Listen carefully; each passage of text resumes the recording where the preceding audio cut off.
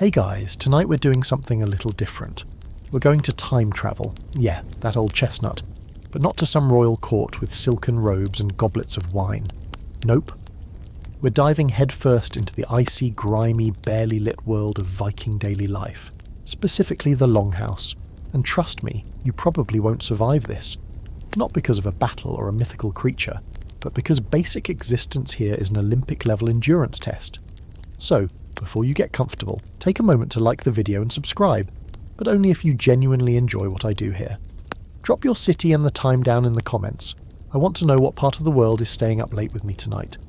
Now dim the lights, maybe turn on a fan for that soft background hum, and let's ease into tonight's journey together. So it starts like this. You arrive in Scandinavia in the middle of winter. It's sometime in the 9th century, give or take a generation, and there's a wind slicing sideways across the fjord that has absolutely no interest in your comfort. You've been dropped off the back of a narrow dragon-headed ship. Elegant, yes, but wildly impractical as a taxi service. And the moment your modern sneakers hit the crunchy, snow-pocked earth, they're soaked through. And not just cold-soaked, like existential cold.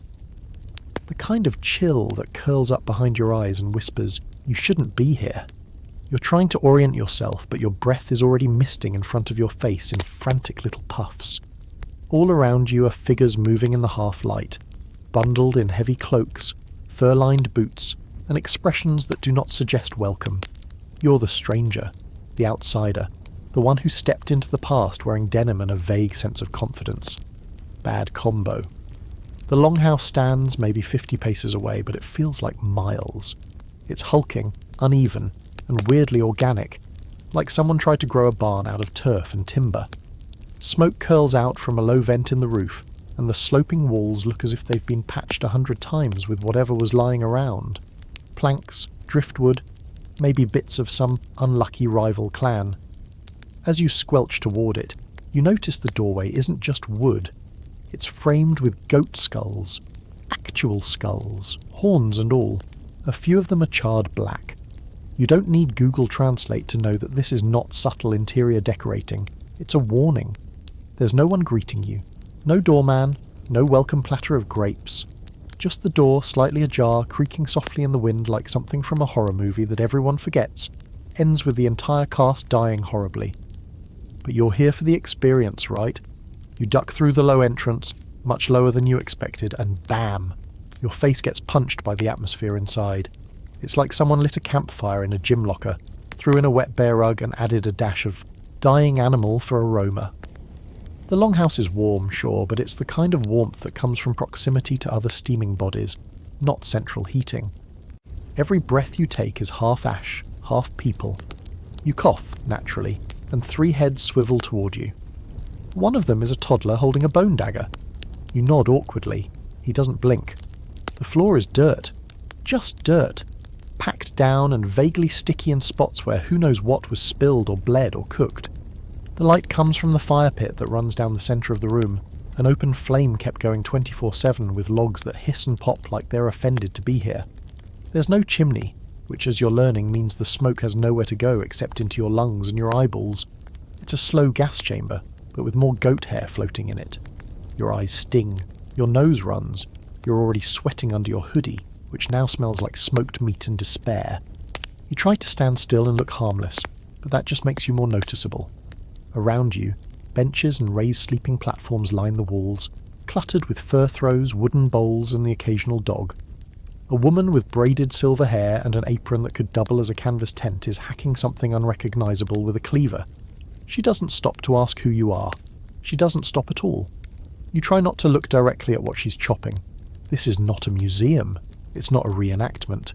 This is real life, real time, and real Norse people doing what they do best, surviving in a world that actively tries to kill them. Fun fact, Viking Longhouses weren't just places to sleep. They were your office, kitchen, workshop, family reunion site and war strategy bunker, all rolled into one smoky rectangle. Dozens of people could live here at once, entire families, multiple generations, plus animals. Yes, actual animals. Chickens, goats, sometimes pigs, depending on the season. They shared the space for warmth. And if you're wondering what that does to the smell, congratulations. You already know. Here's the kicker, though. Most historians agree that longhouses were marvels of design for their time. The curved roof, the turf insulation, the central hearth, it all worked. For them. But you, with your tick-tock attention span and sensitive sinuses, are currently contemplating lying down and giving up because the air tastes like fireplace ashes and animal sweat. And this is just the foyer. Oh, and quirky fact of the day. The longhouse floor was often used to bury the dead. Like, directly underfoot, so you might literally be standing on someone's great-grandfather, which could explain that cold breeze tickling your ankles even though there are no windows. Debate-wise, archaeologists still argue over how social space was divided. Some think longhouses had strict zones, like men at the high seat, women near the fire, slaves near the door. Others say it was more fluid, based on role and status. But either way, one thing's for sure, you don't rank. Not yet. And outside, well, it's not getting any warmer. The storm's picking up, snow is starting to fall sideways, and the door swings shut behind you with a low final thud. Welcome to the long night. You don't know whether to bow, nod, or pretend to disappear, so you do a little of each, which just makes you look like a weird foreigner, which, let's face it, you are. Nobody pays much attention though. A baby cries somewhere in the shadows. Someone near the back lets out a wet, phlegmy cough that echoes like a warning bell. And through it all the fire crackles in the middle, throwing dancing shadows on the wooden beams overhead. You're still blinking through smoke when a bearded man brushes past you, hauling a sack that reeks of something sharp and meaty. You try not to ask. The longhouse is dim, but not pitch black. Here and there, little oil lamps burn with flickering flames, casting just enough light to trip over. The smell of tallow, thick animal fat used as fuel, adds to the scent cocktail already destroying your modern brain. And speaking of modernity, your sense of time is starting to collapse. You glance around and realise there are no windows, no clocks, no artificial anything. You could be here for 5 minutes or 5 hours. The only real measurement of time is the groaning wind outside and the snoring elder near the back wall. You shuffle farther in, hoping to find some kind of resting spot or, at the very least, a place where no one looks ready to murder you for stepping on their cloak. Eventually, you're waved toward a dark alcove with low wooden walls and a rough fur throw draped over what could generously be called a mattress. It's more of a wooden box, really. A rectangular enclosure just big enough for 2 people to curl up in and pretend they're not slowly freezing to death. Welcome to your bed. Or your coffin. The line is pretty blurry here. You sit down carefully, and the entire structure creaks like it's got secrets. The fur smells like something that used to be alive, died tragically, and then came back slightly mouldy. The wood beneath is hard and warped, the kind of surface that encourages permanent hip damage. No pillow, obviously, just a wadded-up tunic someone may or may not still want back. You shift and immediately feel the chill of the planks seep through your jeans. So yeah, good luck with sleeping. Oh, and surprise! This cubby isn't private. You're sharing the enclosure with something that huffs in its sleep and smells like hay and wet leather. You peer over and find yourself nose to nose with a goat. A real, living, currently snoring goat. Its name is Snorri, probably. Or maybe that's just the noise it makes. Either way, you're roommates now. This is how people sleep here. Stacked along the longhouse walls in little enclosures, family members jigsawed together under threadbare furs. Privacy is a joke. You sleep. Where there's space, curled around relatives, livestock, and whatever personal gods you pray to for heat. Personal space. Not a thing. At all. You think you can handle it until the goat shifts in its sleep and kicks you in the shin. Hard. You bite your lip and exhale through your nose. You've been here, what, an hour? Let's talk about temperature. See, the longhouse is insulated with turf and built low to trap heat, but it's still freezing. The fire only does so much, especially when the outer walls are basically dirt and prayer. Your hoodie, now damp with smoke and anxiety, is no match for the cold that creeps in through every crack. You find yourself doing that desperate micro-shivering like a car engine trying to start in winter. But everyone else? They're fine. A woman walks by in socks made of wool strips and a tunic that looks like it's older than you, and she doesn't even flinch. You, on the other hand, are 80% goosebumps, and because it's your lucky day, the wind outside suddenly shifts. A burst of air whips through a seam in the wall, and a pile of snow dust lands directly on your exposed neck. You gasp, Snorri snorts, and someone across the fire grunts in your direction like it's your fault for not being made of stone and stoicism. Fun historical tidbit. Viking longhouses weren't just places to live. They were also used for ceremonies, storytelling, council meetings, and whatever else required being inside and not dead. That central fire pit? It was the heart of everything. Meals were cooked there, clothes were dried, gossip was traded, and sometimes, if the weather was bad enough, people just sat and stared into it like they were trying to hypnotise their own misery away. And here's your quirky side note. Sometimes, especially during midwinter festivals like Yule, the Longhouse became a full-blown party zone. Loud music, dancing, mead drinking, feasts that involved questionable parts of animals, all while the wind howled outside. You wouldn't know it from the current grim silence, but this place has seen its share of chaotic joy. Just not tonight. Tonight it's mostly soup smells and passive-aggressive coughing. Now, let's dive into a little scholarly debate. There's still some disagreement over whether longhouses were permanent homes for large extended families or more seasonal communal shelters. Some believe they housed elite families with servants, while others argue they were multi-purpose hubs shared by several households. Archaeological evidence suggests both models existed depending on region and wealth. But whatever the arrangement, the vibe was always the same. Crowded, smoky, loud, and survival-focused. You weren't meant to be comfortable, you were meant to be alive. Back in your cubby, the goat shifts again, and you realise you've lost feeling in your toes. Not like, wow, it's cold, but like, I may never walk normally again. You try tucking your feet under the fur, but that just means pressing them up against Snorri, who isn't thrilled. He glares at you like you've just insulted his ancestors. Around you, the room begins to settle. Voices lower to murmurs. Someone farts, unapologetically. The fire pops. A baby begins to wail, and someone hushes it with the kind of stern whisper that implies they're just as cold, just as tired, and would really appreciate it if the child could stop ruining the illusion of peace. You lie back, eyes open, staring at the low wooden ceiling.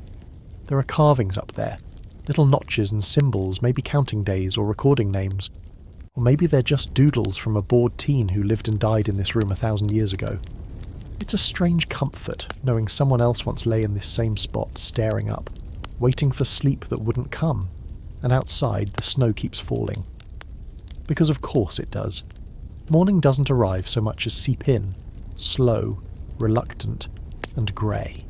You're not woken by sunlight, because sunlight doesn't really exist here in winter. Instead, it's the sounds. The rhythmic shuffle of boots on packed dirt, the wet coughs echoing off the timber walls, the shriek of some child who has clearly already had a full day of chaos before you even blink open your smoke-crusted eyes. You try to sit up and immediately regret every decision that led you here. Your back is a slab of icy ache. Your mouth tastes like old charcoal, and Snorri the goat is now standing on your thigh like he owns you, which he might. You shuffle out of the box bed, legs creaking, hoodie stinking, socks questionable. The air is marginally brighter, but only in the sense that you can now see more clearly how much grime is clinging to every surface. The fire is still going, but barely. A few tired embers clinging to life. Someone pokes at it with a stick, yawning in Old Norse. You think it's a greeting, so you nod, which they interpret as an invitation to hand you the stick. Suddenly your fire duty. Welcome to the team. As you fumble your way through reviving the hearth, your stomach lets out a guttural complaint. Right. Food. You haven't eaten since you left the ship, and even then, the seaweed-tasting flatbread didn't count. A woman, possibly in her 30s or 300s, depending on how hard her life's been, ladles something greyish and lumpy from a cauldron that's been hanging over the fire all night. She slaps it into a wooden bowl and shoves it into your hands before walking away, like she's done you a huge favour. You peer into it. Porridge? Maybe. It has the consistency of school glue and smells like salted regret. Still, you're hungry, and this is what breakfast looks like in the Longhouse. No pancakes, no cinnamon rolls, no cold brew, just hot sludge and a piece of dried fish that feels and tastes like it's been stored in someone's boot for a decade. You gnaw at the fish, eyes watering, trying to pretend it's jerky. It is not jerky. It is something else. Next to you, a child, barefoot, snot-faced and fully armed with a small knife, dunks a hunk of the same fish into her porridge and chews like it's a delicacy. You are now the weakest member of this tribe. She knows it. You know it. Snorri definitely knows it. Here's the fun historical reality. Viking food was about as utilitarian as it gets. You ate what you had when you had it. Grains like barley and rye were common, and most meals involved porridge, flatbread, dried meat or fish, and maybe some turnips if you were lucky. Dairy was a staple too. Cheese, butter, and something resembling yogurt. But not the creamy stuff you're thinking of. More like tart, curdled survival goo. And while you chew your breakfast/punishment, you learn one vital thing. There is no coffee. You're on day 1 of caffeine withdrawal, and your body is preparing to sue you. Your temples throb, your eyes twitch, your soul weeps, and there's nothing you can do but sip another spoonful of warm fish mush and pretend to be okay. You sit near the hearth, trying to stay out of the way as the longhouse shifts into full daytime chaos. People step over you like you're furniture. A boy accidentally drops an axe handle on your foot, doesn't even apologise. Someone's braiding their beard with alarming speed and force. A woman is churning something in a barrel that smells faintly like regret and goat milk. And in the middle of it all, people are still eating, still moving, still completely indifferent to your crumbling sense of self. Here's your quirky fact of the day. In Viking times, fermented shark was sometimes considered a delicacy. That's right. Rotted shark meat, buried underground for weeks to ferment, then dug up and eaten at feasts. Not all Viking groups ate it regularly, but it did exist. And if you're wondering how it smells, well, imagine someone left fish in a sauna for a month and then served it at a wedding. You are, thankfully, not offered any. Yet. Across the longhouse, someone calls out in a tone that sounds vaguely annoyed and maybe like your name. You flinch, but nobody seems to care. It's just the start of the day, and people are already gearing up for a full slate of pre-modern misery. Someone's dragging in a bucket of ice to melt. Another's skinning a rabbit in the corner with what looks like an oyster shell. A third is already outside, shoveling snow off the roof with a piece of jawbone. You begin to understand. Everything is effort. Nothing happens unless you do it manually, while frozen, and probably while being watched by chickens. There's some academic debate about how communal Viking Longhouse meals really were. Some sources suggest everyone sat together and shared, but archaeological digs hint at a more stratified situation, where the wealthier, higher status individuals ate in the best spots and got the better cuts. You're still bottom tier, which means your porridge might have been scraped from the bottom of the cauldron twice. The low hum of conversation returns to the room, people beginning to map out their day. You, meanwhile, are now officially part of the background noise, just another smoke-blurred face at the edge of the hearth. You stand up slowly, knees cracking like old floorboards, and make your way toward the door, thinking maybe you'll get some fresh air. Spoiler, there is no fresh air. You push the heavy wooden plank open and step out into the world. Immediately, the cold punches you in the sinuses like a grudge-holding ghost. The wind screams across the hard-packed snow, flinging flakes into your eyes with Olympic precision. You gasp and inhale a lungful of cold that feels like you just kissed a glacier. Every inch of exposed skin starts to sting. Outside, the land is nothing but white and grey, snow-covered earth, frosty trees, a distant mountain crouched under a bruised sky. You're standing in a landscape that doesn't care whether you survive the day. In fact, it kind of hopes you don't. You shiver, teeth rattling, eyes squinting against the wind. Then you glance back at the longhouse, its smoke curling lazily into the dull sky, and realise, horrifyingly, that it was the cosy part of your day. You stand there for a moment, pretending to enjoy the view, even though every cell in your body is begging you to return to the smoky indoors. The cold here isn't like anything you've ever felt. It's not just cold, it's aggressive. It slides beneath your clothes like a thief and presses into your bones with all the subtlety of a headbutt. Your breath fogs and instantly crystallises on your eyelashes. The wind bites your ears so hard you check to make sure they're still attached. But no one else seems fazed. People are already moving about their morning chores like they were born in this frozen pit of the earth. Which, okay, they actually were. To your left, a teen barely older than your cousin is lugging firewood like it's a bag of feathers. To your right, a hunched man with a twisted back and a face like sun-dried leather is hauling a sloshing bucket of something murky from a nearby stream, which you only now realise isn't frozen because it's flowing directly from a natural spring. You don't dare ask what's in the bucket. At this point, the answer is always worse than the mystery. Someone yells at you, or near you. It's hard to tell when everything's in Old Norse, but judging by the way a woman with a shovel is glaring and gesturing at the woodpile, it's clear you're on chore duty. You trudge over, feet stiff in your soaked sneakers, and begin the noble task of moving logs from one pile to another with fingers that have lost all sensation. You think you're doing okay, until the woman comes over, grabs a log and moves it twice as fast without gloves. This, you realise, is your life now. You're not a guest. You're not a tourist. You're an unpaid, unqualified, freezing labourer in the year 850 CE. You blink against the wind, your eyelashes now frosted, and remind yourself this is still technically just the morning. Let's talk chores. In Viking society, there was no such thing as downtime, unless you were dead, drunk, or a king. Everyone pulled their weight, even children. Daily survival took real work. Feeding animals, fetching water, chopping wood, spinning yarn, preserving food, fixing tools, and dealing with whatever nonsense the weather decided to throw at you. Everything was made by hand. You want butter, you churn it. You want clean clothes, you beat them on a rock in a half-frozen river and hope they don't freeze solid before you hang them. You, naturally, are assigned to water-hauling duty next. Why? Because you were standing too close to the wrong person at the wrong time. A shaggy-haired teen with a scar across his eyebrow hands you a wooden yoke with 2 sloshing buckets attached. You lift it onto your shoulders and almost collapse under the weight. He laughs and gestures toward the stream. You sigh and shuffle off, shoulders already screaming. The trek isn't far, but it feels like a march through a frozen purgatory. The snow's up to your calves, your socks are now sponges, and the wind picks up just enough to remind you that nature is in fact petty. The buckets sway and slosh, and by the time you make it to the stream you've already soaked one pant leg and possibly thrown out your lower back. And here comes the quirky fact of the day. Vikings used communal water sources not just for drinking, but also for ritual purification. Certain springs and streams were believed to be sacred, linked to the gods or ancestral spirits. So yeah, you might be drawing water from a place where someone once bathed before a human sacrifice. Hydration with a side of ancient ghost energy. You dunk the buckets carefully, hands red and numb, and start the long, painful shuffle back. Every step sends icy slosh over the rim, freezing into crusts on your clothes.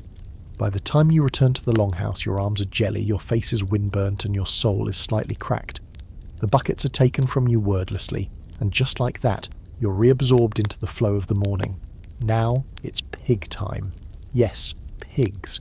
You're led to a small pen out back where several chunky, irritable pigs are grunting around in the snow-muddied slop. A wiry-haired boy hands you a stick, gestures to the trough, and leaves. That's it. No instructions, no supervision. Just you, a stick, and a group of animals that look like they've seen things. You do your best to scoop slop from a wooden bucket into the trough, nearly slipping twice. One pig bites your boot, another sneezes on you. You're not sure if that was an act of aggression or just an unfortunate coincidence, but either way, you now have pig phlegm on your sock. Somewhere a raven caws like it's laughing. A group of older kids watches from the fence, whispering and pointing. You catch one phrase, lazy thrall. It doesn't take a Norse to English dictionary to decode that insult. A thrall was a slave. In their eyes, you're not even a free member of the household. You're the lowest of the low, and you've earned the title simply by being incompetent at pig feeding. Here comes today's scholarly debate. Were thralls treated uniformly across Viking society? Some researchers believe they had more rights than other enslaved people in ancient cultures. They could earn their freedom, own modest possessions, and sometimes even rise in status. Others argue their lives were short, brutal, and completely controlled. Evidence points both ways, with most agreeing that life as a thrall was harsh, just degrees of harshness depending on your luck and your owner. You're feeling that harshness now as you drag the slop bucket back toward the barn. Your fingers are so stiff they won't even grip the handle properly. Someone pats your back, either in encouragement or pity. Hard to say. Back inside the longhouse, the heat feels different now. Less like relief, more like a humid slap. You strip off your outer layer, soaked hoodie, now officially a biohazard, and hang it near the fire to dry. It drips like a defeated animal. Someone tosses you a rag tunic that smells strongly of moss and unearned confidence. You put it on without question. You sit down again, this time on a bench near the fire, trying not to look like your body's giving up. A few people eat silently. One person is snoring with his head on a wooden bowl. You think you see someone spinning wool in the corner, twisting the strands between their fingers like they were born doing it. You weren't born doing any of this. You were born knowing how to Google, and yet, for a moment, you sit still. You listen to the gentle clatter of wooden bowls, the pop of fire, the muted rhythm of people moving in sync with ancient habit. It's not peaceful, exactly, but it is consistent, solid, honest even. You're out of your element, sure, but this world doesn't pretend to be anything it's not. It just is. You lean back, sniff, and immediately regret it. Your tunic has been previously owned by someone with a strong relationship to fish, but it's warm, kind of, and for now, that's enough. Your eyes are still stinging from the smoke when someone motions toward the fire with a long soot-blackened poker. You think they want you to stir it. You're wrong. The poker is handed to you not to prod the flames, but to clear out the ash, which has built up into a fluffy grey carpet thick enough to choke a dragon. You kneel down and immediately feel the warmth vanish as your knees press into the cold, gritty earth. The fire looks cosy from a distance, but up close it's mostly just hungry and loud. The air around the fire pit is thick, humid and strangely still. The Longhouse doesn't have a chimney, because why would it? Chimneys are for the weak, and the future instead, smoke is supposed to escape through a smoke hole in the roof. Spoiler, it doesn't. Not well, anyway. The result is a kind of low-hanging cloud that hovers at neck level, turning every breath into an ashtray sampling session. You start clearing ash like you're diffusing a bomb, slowly, carefully, eyes watering. With each scoop, your lungs get a little more dramatic. It's like trying to breathe through a barbecued pillow. Around you, people go about their business without a single cough. An old woman hums as she stirs something boiling in a pot of bones. A man sharpens a blade while whistling through a gap in his teeth. A child toddles through the haze holding what may or may not be a dead bird. You're the only one hacking like you're about to die on camera. Here's a fun historical truth that might kill you faster than any Viking axe. Indoor air quality in longhouses was awful. With no real ventilation and constant open flames, the smoke lingered like an uninvited ghost. Studies of ancient skeletons show that people suffered from chronic respiratory issues, especially the elderly and children. Their lungs were basically slow roasted over years of exposure and no one thought twice about it. Smoke was just part of life. For you, it's a full-on emergency. You sit back, lightheaded, nose running, eyes rimmed red like you just watched the saddest movie ever. Your hands are covered in ash. Your tunic is now half charred wool and half emotional damage. You look up and realise the ceiling is barely visible through the grey haze. You start to wonder if you'll ever smell anything besides burning wood and regret again. And then someone opens the side door and the draft hits. Whoosh! Suddenly the smoke whips sideways, blasting through the house like a wave. Everyone leans slightly into it like it's a minor inconvenience. You gasp for the first clean breath you've had in hours and instantly regret it. Because the clean air is cold, very cold. Your sinuses freeze mid-inhale, a flake of ash sticks to your lip. The door slams shut, and just like that, the house is a sauna again. And here's your quirky fact of the day. Some longhouses actually had smoke-diverting planks installed in the ceiling, kind of like ancient HVAC, but they were rare and only partially effective. Most homes just learned to live with the haze. Some scholars suggest that the smoke even helped preserve wooden beams by killing off mould and pests. So basically, your lungs were sacrificed to save the architecture. Worth it? You stagger away from the fire, trying to blink the world back into focus. Someone pushes a wooden stool toward you. You sit, wheezing, grateful, and then realise it's not a seat, it's a tool for crushing grain. Your butt is now in a bowl of oats. Fantastic. You stand quickly, try to play it cool, and knock over a pile of kindling. Half the longhouse turns to look at you. No one says anything. Their expressions say enough. You're the weakest link. You're the soft one. The outsider who can't handle a little smoke and darkness and accidental goat urine on the floor. Let's talk about lighting. There isn't much. The longhouse relies mostly on the fire and a few small oil lamps to fight off the gloom. These lamps burn animal fat and give off a faint flickering glow that's less, let there be light, and more, can I borrow your phone flashlight for 2 seconds? Shadows dominate every corner. People move through the gloom by muscle memory. You stub your toe on a wooden beam that seems to leap out of the darkness just to ruin your day. You spot someone tending a side altar, just a small wooden shelf, but decorated with carved idols, bone charms, and a few blackened feathers. The figure lights what looks like a smudge stick and lets the smoke curl upward toward a small statue of Thor, hammer and all. You watch, entranced, but careful not to stare. Religion here isn't just belief, it's survival. You don't need to fully understand it to know it's powerful, and ancient, and watching. That brings us to our scholarly debate. Was the Longhouse just a home, or was it also a spiritual space? Some archaeologists argue that certain parts of the house were sacred, especially the high seat, where the head of the family sat. Others suggest the entire structure was imbued with ritual significance. It was the heart of the family, yes, but also a place for offerings, blessings, and sometimes even sacrifices. Think of it as a blend of house, church, and social media hub, all in one smoky room. Back at your spot near the fire, you finally get a moment to yourself. You sit still, breathing shallowly, watching the smoke twist and curl like it has somewhere better to be. The heat radiates from the coals, wrapping around you like a sleepy dog. Your skin stings from the temperature swing, but you don't move. You can't. Not yet. A man drops beside you, tall, rough, with a beard that could hide a squirrel colony. He grunts and hands you a horn cup filled with a cloudy liquid. You look at it, then at him. He nods once. You take a sip. It tastes like sour apples and mild vinegar, but not the worst thing you've had today. He takes a swig himself, leans back and lets out a contented sigh.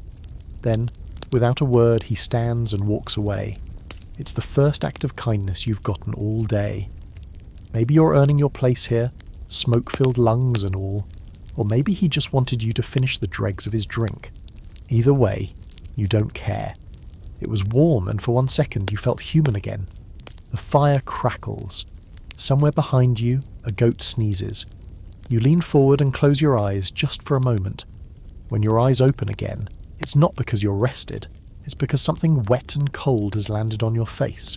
You flinch, instinctively wiping your cheek, and your hand comes away with a smear of what you sincerely hope is melted snow. A quick glance up confirms your suspicion. A steady drip is coming through a gap in the ceiling, right above your assigned corner of misery. The Longhouse roof, as it turns out, is not entirely waterproof. It had looked so solid from the outside. Layers of turf, thatch and timber lashed together with ancient engineering and questionable optimism. But now, in the early stages of a slow thaw or maybe a freak warm gust from the fjord, the roof is beginning to leak in artistic new ways. You dodge another drop just in time and scoot sideways, accidentally bumping a low-hanging beam with your head. You bite your tongue and try to pretend your dignity is still intact. Water in the Longhouse is a bigger deal than you'd think. It's not just annoying, it's destructive. Wood rots, fire dies, blankets soak, spirits break. So as soon as a few more people notice the drip, the house snaps into motion, like a colony of smoky ants. Someone barks an order. A boy scrambles up the ladder toward the rafters with a bundle of old rags in one hand and what looks like a dead squirrel in the other. You assume the rags are for plugging leaks, and the squirrel is his comfort item or bait. Honestly, you don't ask questions anymore. Then comes the worst part. You're handed a bucket, not to catch water inside, but to carry mud outside. You're now part of the impromptu roofing crew. Congratulations. The outside is a wall of wind and wet snow now turning to slush. The Longhouse roof, when viewed up close, is a nightmare of lumpy sod, patches of moss, and questionable choices. You're directed to a spot where the turf has started to peel back, exposing the woven sticks beneath. It looks like a thatched pizza slowly falling apart. You're handed a crude shovel, a sharpened plank really, and pointed toward the pile of fresh turf. Someone yells something encouraging, possibly. More likely it was a threat. As you drag heavy dripping slabs of sod up a slippery ladder, you learn an important fact. Viking Longhouse roofs were incredibly high maintenance. They were genius in theory, insulated, weatherproof and fairly fire resistant, but they required constant repair. Moss, turf and birch bark had to be replaced often, and the weight of snow could collapse entire sections if left too long. Vikings didn't build things and forget about them. They built them and then babysat them for life. quirky fact for today? Some households would actually plant flowers or herbs in their turf roofs, not just for aesthetics, although who doesn't love a pop of colour in their misery, but also because certain plants repelled insects or absorbed extra moisture. Imagine living in a house that literally grows things on its head. You, of course, are just trying not to fall off it. The turf is heavy and awkward, especially when wet. You slap it into place, try to press it down with your frozen fingers, and immediately get a mouthful of snowflakes and dirt. Someone up there laughs. You don't look. You're afraid if you make eye contact, they'll challenge you to a duel or a drinking contest, and you'd lose both before noon. You work in miserable silence, hands going numb, neck soaked through. Every time you shift your weight, you feel the roof creak just slightly beneath your feet, reminding you that ancient structural engineering didn't account for panic attacks. You manage to pat down one patch, then another, until the leak seems to stop, or at least slow down to a discouraging trickle. It's not victory, but it's not drowning either. Eventually someone calls you down. You climb back inside, your boots now twice their weight, your body screaming in places you didn't know had nerve endings. You collapse near the fire again, dripping turf juice and failure. No one congratulates you. No one even looks up. But one old man gives a single, almost imperceptible nod as he pours water into a pot. You hold on to that like it's a trophy. You sit in your soggy tunic, hair wild, face streaked with mud, and wonder how many more things can go wrong before the sun sets. You haven't eaten since that porridge of doom. You haven't changed clothes. You haven't sat in real silence. Every inch of your body either itches, aches, or is cold in a new and creatively cruel way. This might be a good time to mention the ongoing scholarly debate about communal versus personal maintenance in longhouses. Some historians argue that each member of a Viking household had set roles and daily tasks, sort of a rugged division of labour. Others believe responsibilities were more fluid, determined by who was available and physically capable on a given day. Either way, you're clearly being evaluated with every assignment, and right now you're not exactly earning gold stars. You stretch your legs out toward the fire and immediately get barked at by the same woman from earlier, the one who runs this place like a CEO with a cleaver. She points at your boots, then at the door. You realise with horror that you've tracked half the roof sludge into the house. You scramble up and start scrubbing the floor with a rag that's less cloth and more concept. Snorri the goat wanders over and steps in your wet trail, then kicks some of it back onto your pants. You can't even be mad anymore. You just smile and whisper, "Of course you did," like it's a sitcom, and the goat is the chaotic side character. By the time the floor is acceptable again, you're ready to collapse. But there's still half a day ahead. A long, unrelenting half day. You sit back down, steal a few spoonfuls from someone's leftover stew, and try to zone out while staring into the fire. You watch a spark drift up into the smoke hole and imagine it carrying your soul with it. You're not the only one dragging. Around the longhouse, people are stretched out, half asleep, quietly sharpening tools or mending clothing. The wind outside howls, but inside the rhythm has slowed to a dull hum. The fire pops and groans, and for a few minutes it's as close to peace as you're going to get. Then something crashes outside, loud, metallic. A shout goes up and everyone snaps to attention. Because of course, the day's not over. You barely make it to your feet before someone is already halfway to the door, throwing on a fur cloak and grabbing what can only be described as a battle rake. Another shout rings out, closer this time, urgent, angry. You glance around, hoping someone will stop and explain what's happening, but no one does. You're not in the loop, remember? You're the foreign body in the system, the stowaway in this time machine. Everyone else seems to know what to do. Grab tools, run outside, brace for chaos. You naturally follow, because what else are you going to do? Hide under Snorri? The second you step out into the light, or what passes for daylight in this eternal grey, you feel it. Not the cold, though that's always there. No, this is tension, like the air itself has caught its breath. About a dozen villagers are running toward the animal pen behind the longhouse, all shouting in various flavours of alarm. You trail behind, slipping in the snow, still clutching the sad remains of your tunic around you like it might help. And then you see it. One of the larger pigs, massive, tusked, and clearly filled with existential rage, has broken loose. It's galloping around the yard like a furry battering ram, knocking over barrels, grunting with the fury of a demon in midlife crisis. Two goats are screaming. A child is crying. One man is limping away with a bleeding shin. Someone throws a stick. The pig does not care. The pig is a god now. You freeze, unsure of your role. Are you supposed to tackle it? Scare it? Speak gently to it like it's a misunderstood spirit? A woman shoves a long branch into your hands and points toward the beast. The message is clear. Help or get out of the way. You inch forward, heart pounding, stick trembling. The pig sees you. You see the pig. There's a beat of mutual confusion, and then it charges. Not at you, thankfully, but right past you, close enough to splash you with something warm and definitely unpleasant. You yelp and spin, slipping on the ice and going down like a sack of wet laundry. You lie there for a moment, breathing hard, staring at the sky, wondering if this counts as a near-death experience. Technically, yes. Eventually they corner the pig near the woodshed. A group of villagers surrounds it with spears, ropes, and sheer willpower. After a few tense minutes of grunting and shouting and the kind of language that definitely wouldn't make it past YouTube moderation, the pig is lassoed and dragged back to the pen, still snorting but somewhat defeated. Everyone cheers, or at least exhales. You push yourself up, brushing snow and mystery fluid off your back.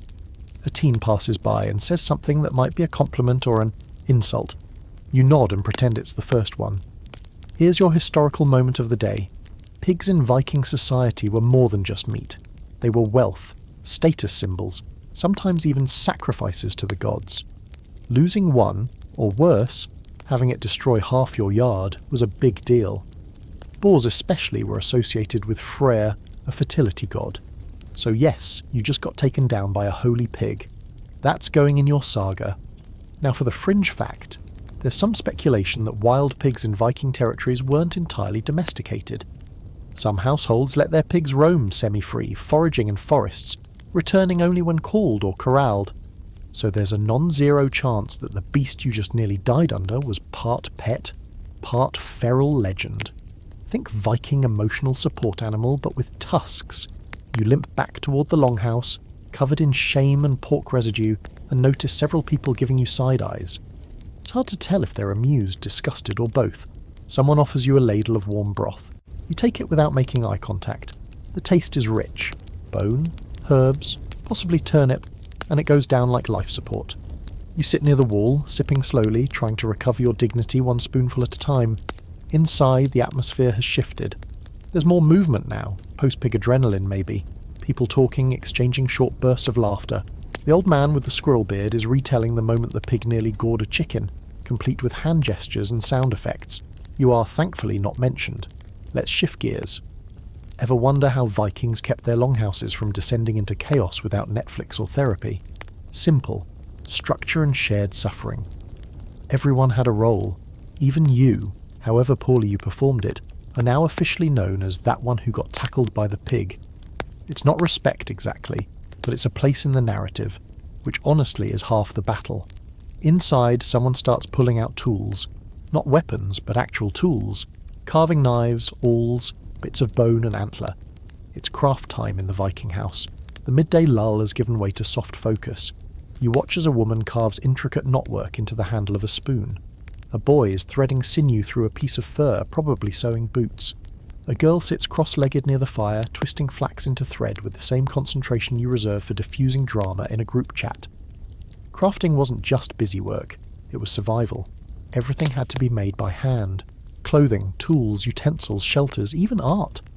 There were no stores, no 2-day shipping. You needed something, you built it, or bartered for it, or stole it, but that's a different episode. Here's the ongoing scholarly squabble. Were Viking households mostly self-sufficient, or did they rely heavily on trade and community? The truth is likely both. Smaller homesteads had to produce as much as they could, but larger, settlements and chieftain halls traded goods across vast networks, sometimes as far as the Middle East. But even in longhouses far from trade routes, crafting wasn't optional. It was embedded into daily life like eating or breathing or avoiding pigs. You're handed a small jagged piece of bone and a knife. The silent message, carve something. You stare at it, unsure if you're being tested or just gently bullied. You try carving a rune. It comes out looking like a sad stick figure falling over. A child walks by, sees your work and giggles. You pretend you meant it that way. It's a rune of humility. You sit there, fire crackling, breath visible in the dim light, and keep carving. Not well, but honestly. It's strangely calming. This repetitive scrape, scrape, scrape of bone under blade. Your hands are raw, your clothes damp, and your pride tattered, but you're doing something real. And for a brief moment, that's enough. Until someone says your name, or what passes for your name, and points toward the door again. You freeze, knife mid-air. The man gestures more urgently this time, then mimes a rowing motion. You blink. Rowing? He nods. Oh no, rowing. You were really hoping you misread that pantomime, but no. Within minutes you're being marched down to the shoreline with a handful of burly men, a handful of burlier teenagers, and the one child who has a knife collection bigger than your personality. You try to blend in, keeping your head down, but that's hard when you're wearing a damp tunic that smells like swamp yogurt, and you keep stumbling on rocks like a baby deer in Crocs. Nobody laughs. That might have been comforting if they hadn't looked so disappointed instead. The longship sits half-beached at the edge of the icy fjord like some massive dormant sea dragon. You've seen pictures of Viking longships before, sleek, ornate, almost romantic. But up close, it's just a huge, intimidating piece of wood that's clearly going to ruin your shoulders. It rocks gently in the shallows, already half-loaded with crates, bundles of rope, and a giant sack that's probably fish or treasure, or something more alive than you want it to be. One of the older men shouts a command. Everyone splits off in practiced motion. You are not part of that practice. You step to the side, hands awkwardly at your hips, trying to look useful. A boy shoves an oar into your chest so hard you nearly fall backward. He points at the ship. You get it. Get in. Row. Don't die. Clambering aboard is not graceful. The sides are high and there's no ladder, just sheer Viking upper body power. You scramble up like a raccoon trying to board a school bus, landing with a wet thud on the wooden planks. The boat smells like brine, tar, and old sweat. You sit at your assigned bench, your oar awkwardly across your lap, trying not to cry or vomit or both. Now, a little historical grounding while your dignity dissolves. Viking longships weren't just war machines. They were lifelines. These boats carried people, animals, goods, and sometimes entire families across fjords, down rivers, and across the sea to places like Britain, Ireland, even North Africa. They were fast, flexible, and designed to navigate both open water and shallow streams. But they didn't move themselves. That part, that's where you come in. Rowing, you quickly learn, is not a chill group bonding activity. It's an act of pure medieval suffering. The oar is longer than you are. The handle splinters into your palms, and once the signal is given, a guttural shout from the front. Everyone starts pulling in rhythm, which means you have to start too. You dig the blade into the freezing water, pull, and feel your spine scream. It's not just physical pain, it's emotional. Every tug of the oar drags your soul a little closer to quitting. The boat moves steadily, but the cold wind blasts your face like it's trying to erase it. Water splashes over the sides, soaking your knees. Your breath fogs in front of you in rapid, panicked puffs. Someone behind you grunts like a walrus. Someone ahead spits over the side, narrowly missing your foot. You're in Viking cardio hell. Quirky fact of the day. Some Viking longships had musical rowing rhythms, someone beating a drum or chanting to keep everyone in sync. Not this one. Here, it's all instinct and angry grunting. You try to match the pace, but keep falling slightly offbeat. The oar slaps the side of the boat. A man glares at you like you've insulted his entire bloodline. You whisper an apology that no one hears. The boat rounds a bend, moving deeper into the fjord. The snow has stopped for now, but the sky's low and heavy, a ceiling of iron clouds. On either side, jagged cliffs rise up, streaked with ice and shadow. It's beautiful in that hostile, no one cares if you live kind of way. You wish you could enjoy the view, but your arms are noodles and your butt has gone numb. You glance to your left. The teenage girl rowing beside you looks half your size but twice as terrifying. Her sleeves are rolled up, arms roped with muscle, and she's not even sweating.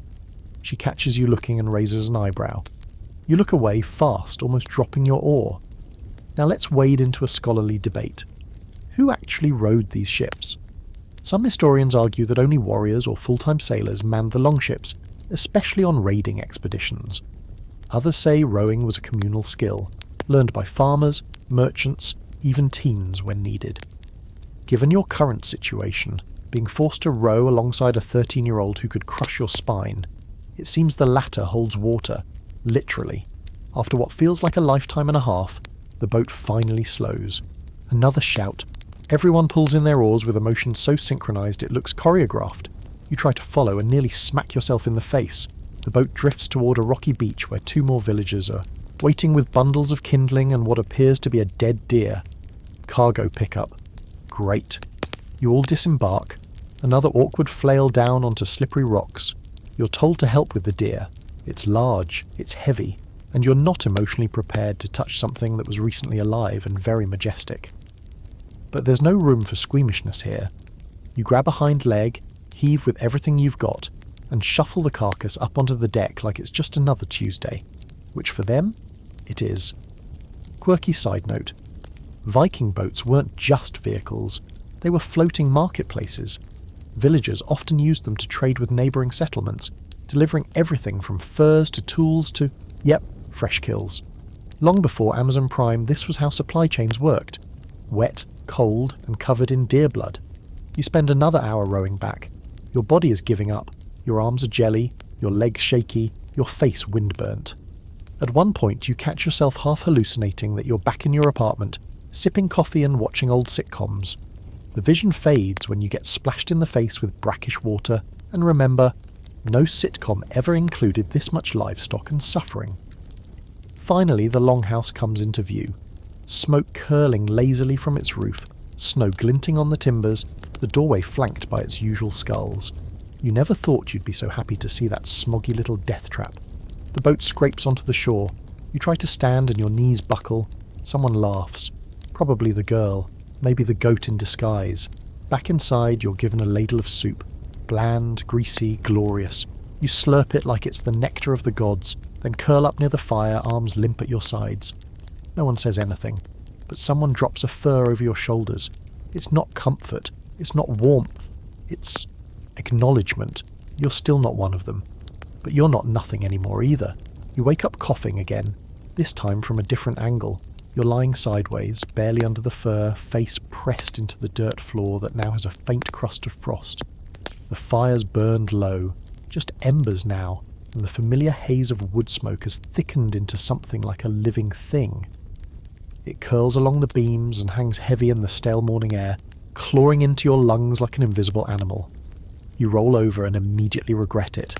Your joints feel like someone filled them with gravel. Your left arm is completely dead from sleeping on it. And your nose, leaking like an overworked roof tile. But that's not what really wakes you. It's the itch. At first you think maybe it's just your clothes. This tunic still has the texture of woven bark and poor decisions. But no, this itch is moving, crawling, multiplying. You scratch the back of your neck and come away with something that doesn't feel like it belongs. You freeze, you scratch again, lower this time, along your ribs. Same sensation. Then it hits you. Lice. You try not to scream. You absolutely do not succeed. Across the room, a woman gives you a bored glance, then returns to stirring a pot of whatever horrifying breakfast is cooking today. A man by the wall snorts, probably amused by your modern breakdown, and a small child walks past, picking something out of their own hair and flicking it into the fire like it's just part of the morning routine, which in fact it is. Congratulations.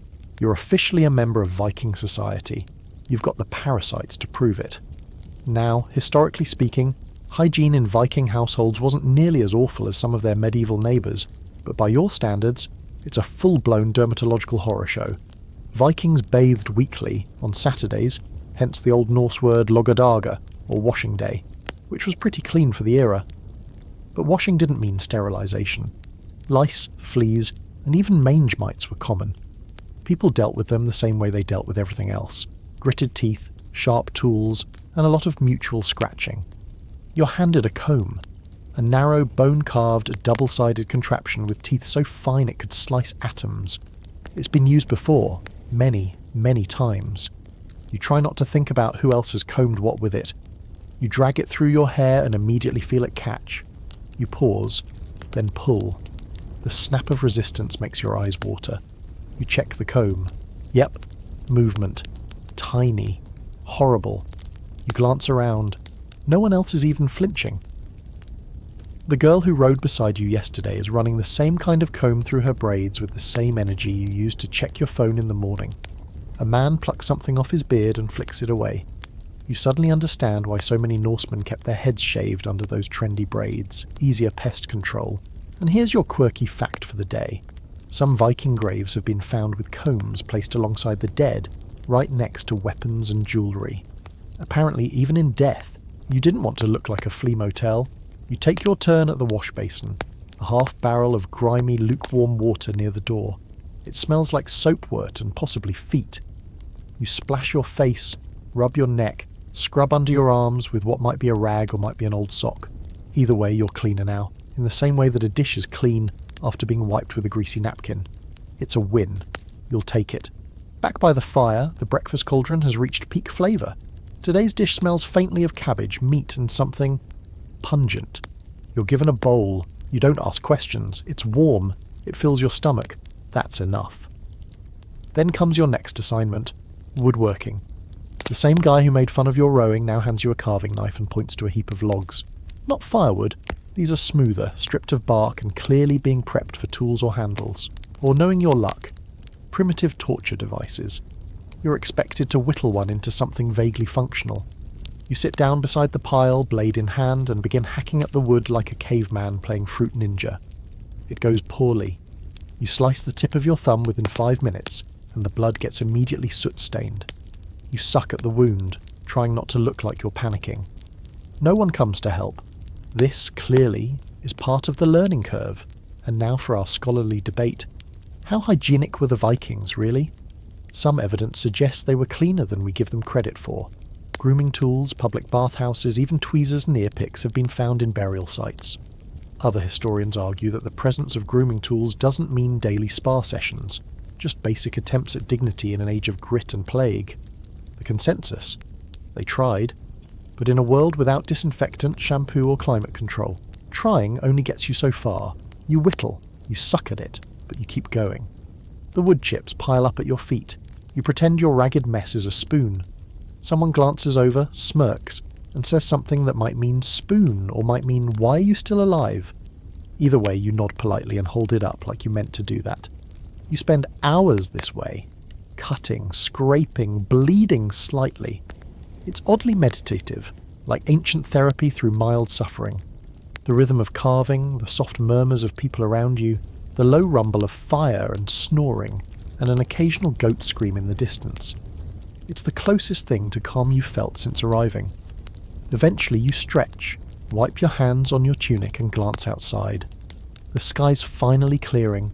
A thin band of blue pushes through the grey. It lasts only a few seconds, but it feels like someone cracked the lid on the world. Then someone walks past you holding a dead rat by the tail. They throw it into a pot near the door. You blink, look around. No one reacts. You think, surely that's not dinner, right? You keep your eyes on the rat pot for a solid 30 seconds, hoping, praying, that someone's going to say, relax, it's just bait for traps. Or, that was a mistake, put it in the compost. But no, the woman stirring the pot doesn't even blink. She just pushes it deeper with a ladle and carries on like it's Tuesday, which it is, apparently.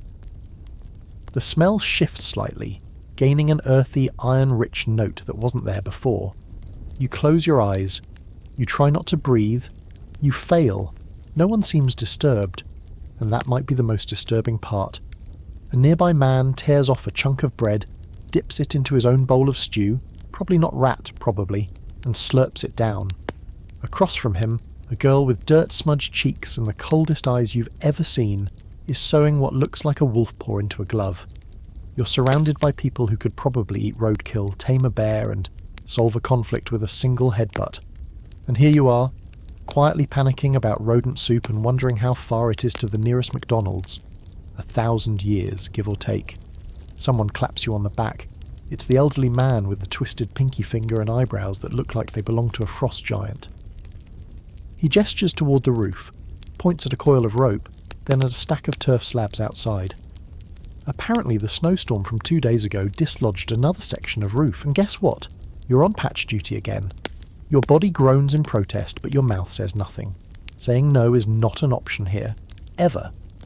You trudge outside into air so cold it feels like punishment. The wind is behaving for now, no biting gales, just a steady, bone-deep chill that feels like it's been personally tailored to your misery. You drag the slabs over one by one, up the ladder, and onto the roof. There, you try to fit them together like a puzzle made entirely of dirt, moss, and malice. The cold makes your fingers stiff and clumsy. You drop one. It lands squarely on your foot. You don't scream out loud, but inside your soul combusts. As you work, you notice something else. 2 ravens circling overhead. They're massive, black as midnight, wings slicing the sky in lazy spirals. One of them lands on a nearby tree, cocking its head as it watches you fumble with turf and twine. For a split second, you wonder if it's Hugin or Munin, Odin's legendary ravens, the Watchers and Whisperers. Then the bird squawks, poops, and flies off. You're probably not chosen, but who knows? Maybe Odin has a sense of humour. Historical side note. Ravens were more than birds to the Vikings. They were omens, messengers, symbols of wisdom and death. Warriors painted them on shields. Skalds wove them into sagas. Seeing one was never just a bird. It was a sign. You don't know what today's sign means, but it probably involves pain. You finish the patching just as the wind picks up again. Perfect timing. Your sleeves are soaked, your boots are ruined, and your knees feel like they've aged several decades in an afternoon. You climb down the ladder with the grace of someone actively trying not to break a hip, and stagger back into the longhouse. Inside, things have changed. The atmosphere is tense. People are gathered around the central fire in tight clusters, whispering. There's no laughter now, no idle banter. The chieftain, the one with the braided beard that reaches his belt, is seated at the high seat, flanked by 2 grim-looking warriors. One of them is sharpening a blade, slowly, deliberately, with the kind of eye contact that makes your skin crawl. Someone's missing. You glance around. Then you hear it, a faint wailing from the far end of the room. You shuffle closer and see a woman rocking back and forth, arms wrapped around herself. Her face is streaked with tears and ash. An older woman, maybe her mother, sits beside her, expression unreadable. You don't ask what happened. You just know. The young man with the fishing spear didn't come back. It was supposed to be a simple trip, a day out along the coast, hauling nets, checking traps. But the sea doesn't care about supposed to. Sometimes it just takes. Maybe a sudden wave, maybe a cracked hull, maybe the gods were bored. Whatever it was, the result is the same. He's gone, and everyone knows it. Here comes the historical gut punch. Viking life was short, and it was brutal. Drowning was one of the most common causes of death, especially for younger men. Even the best sailors could vanish in seconds. Families learned to live with the possibility that any farewell might be final, and grief wasn't hidden. It was worn, raw and open, like a wound. Rituals would follow. Songs maybe. Offerings. A carved marker near the sea. You sit by the fire, trying to shrink into yourself. You didn't know him, but his absence feels loud. People shift around you. Someone passes you a carved horn filled with a dark, bitter mead. You drink it without thinking, the alcohol burning a slow path down your throat. It doesn't help. Not really. But at least it gives your hand something to do. Quirky fact time.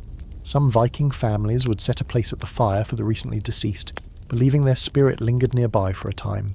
Food would be offered. Names would be spoken in full, silence was respected.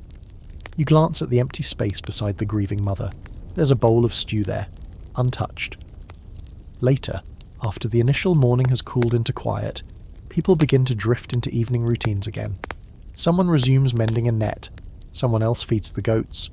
The girl who was sewing wolf paws earlier now sits silently, her hand still. Even the child with the knife has tucked it away. You get pulled into the process of lighting the oil lamps.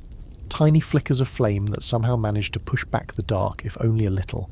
The lamps are carved from stone and filled with tallow. You spill a little on your fingers and nearly burn yourself lighting the wick. It's fine. Everything stings now anyway. Here's today's scholarly debate. How did Viking communities handle grief and death in everyday life? We know about grand ship burials and cremations, but less about the quiet domestic mourning that happened in longhouses like this one. Some scholars believe death was a shared experience, deeply woven into the rhythm of life. Others argue that grief was expressed in personal, private rituals that varied from household to household. What's clear is that no one here is untouched by it. As night falls, the longhouse grows even dimmer. Shadows stretch across the rafters. The fire is fed again. The same woman from this morning ladles out a thick stew. You accept your bowl and take a bite before remembering the rat. You pause. Look at her. She holds your gaze for a second, calm, unreadable, then moves on. You finish your bowl, whatever it is, you needed it.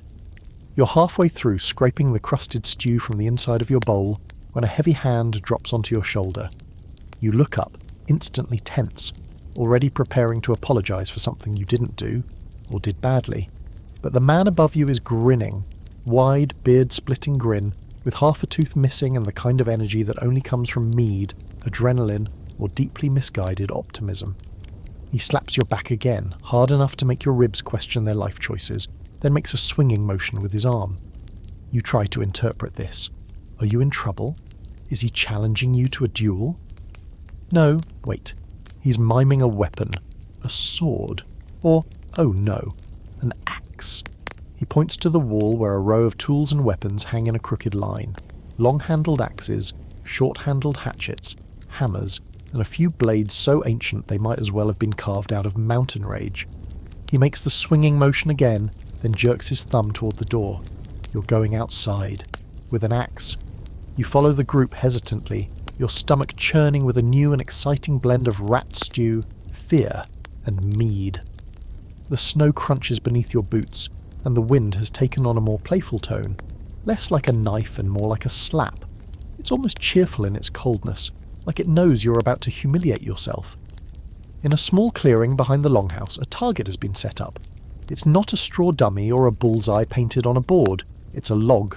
A wide, round stump of tree balanced upright, scarred from 1,000 impacts. Deep notches pucker its surface like battle wounds. One axe is already embedded in it, buried so deep it hums slightly in the wood. The man hands you a throwing axe. It's heavy. Surprisingly so. The blade is broad, slightly rusted, and shines with cold menace. The handle is worn smooth from use, the kind of tool that's seen more action than you'll ever be comfortable with. You step up. You stare at the target. You remember every movie you've ever seen where someone throws a weapon perfectly and everyone cheers. You lift the axe and promptly hurl it sideways, where it bounces off a rock, lands in a snowbank and nearly decapitates a chicken. There is silence. Then someone laughs. Then everyone does. You flush hot, embarrassed. But the mood is light. They're not mocking you. They're enjoying the show. You just became the warm-up act for the real entertainment. One by one, others take turns throwing axes. Some hit the target with loud, satisfying thuds. Others miss and pretend they meant to. It's less of a contest and more of a bonding ritual. You're invited to try again, and again. The third time, your axe actually hits the log. Not the centre, not even close, but it sticks. You turn, waiting for applause. What you get is a small nod from the man who dragged you out here. That's better than a cheer. That's approval. Let's talk facts. Viking. Warriors, real warriors, not freezing time travelling YouTubers, trained constantly. Axes were common weapons, not just for battle but for everyday use. While swords were considered prestigious, axes were democratic. Everyone had one. Some were tools, others were art. There were throwing axes like the one you just launched into paltry airspace, and massive two-handed bearded axes meant for cleaving enemies or possibly trees in half. Quirky detail. Certain axe designs were so unique to Scandinavia that archaeologists can often tell where a Viking raider came from just by looking at the curve of his weapon. It's like regional dialects, but for chopping things. You're shown other techniques too. How to hold a shield properly, how to feint, how not to decapitate yourself mid-swing. The teens in the group take it very seriously. One girl slices a branch out of the air with a move so fluid you're not sure it actually happened. You just stare at the floating wood chips like, that's not legal. Then comes the announcement. The chieftain's son, tall, serious, built like a boulder in a tunic, stands in front of the group and says something that makes everyone go quiet. Then they cheer. Even the old woman with the death stare smile claps once. You ask someone nearby what was just said. They hesitate, then mutter, "We raid tomorrow." Ah, that explains the mood shift. You're not sure what kind of raid this is, territorial, retaliatory, opportunistic. But it doesn't matter. A longship's going out. That means gear must be checked, weapons sharpened, offerings made, animals slaughtered, and every single person gets involved. Even those who stay behind, this is not a drill. Now here comes the scholarly fork in the road. Were Viking raids always about pillaging? The answer is, kind of. Some were politically motivated. Land disputes, debt collection, displays of power. Others were pure economics.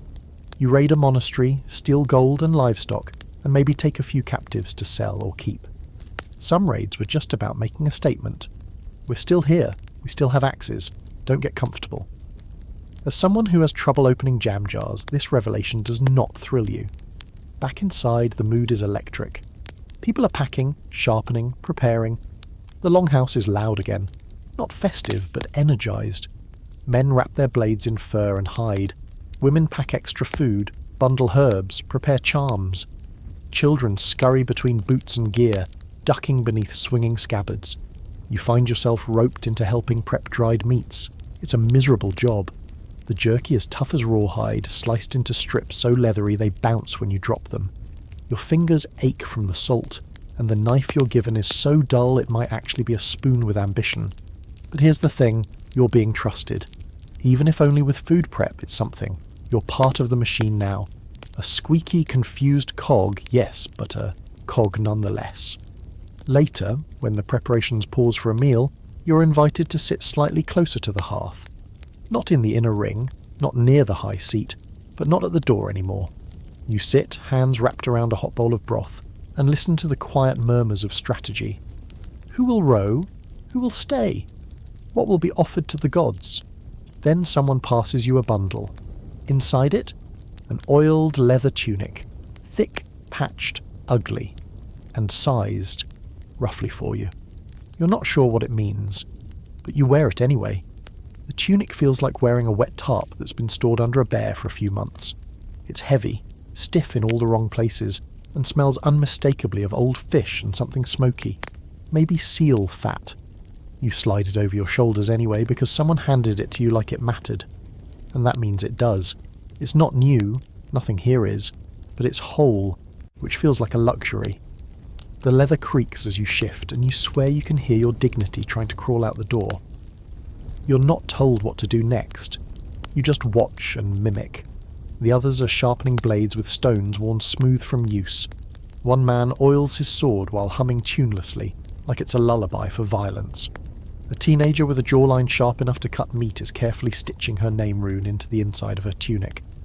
You glance down at your borrowed armour, wondering whose rune it once held, whose sweat is still woven into its seams.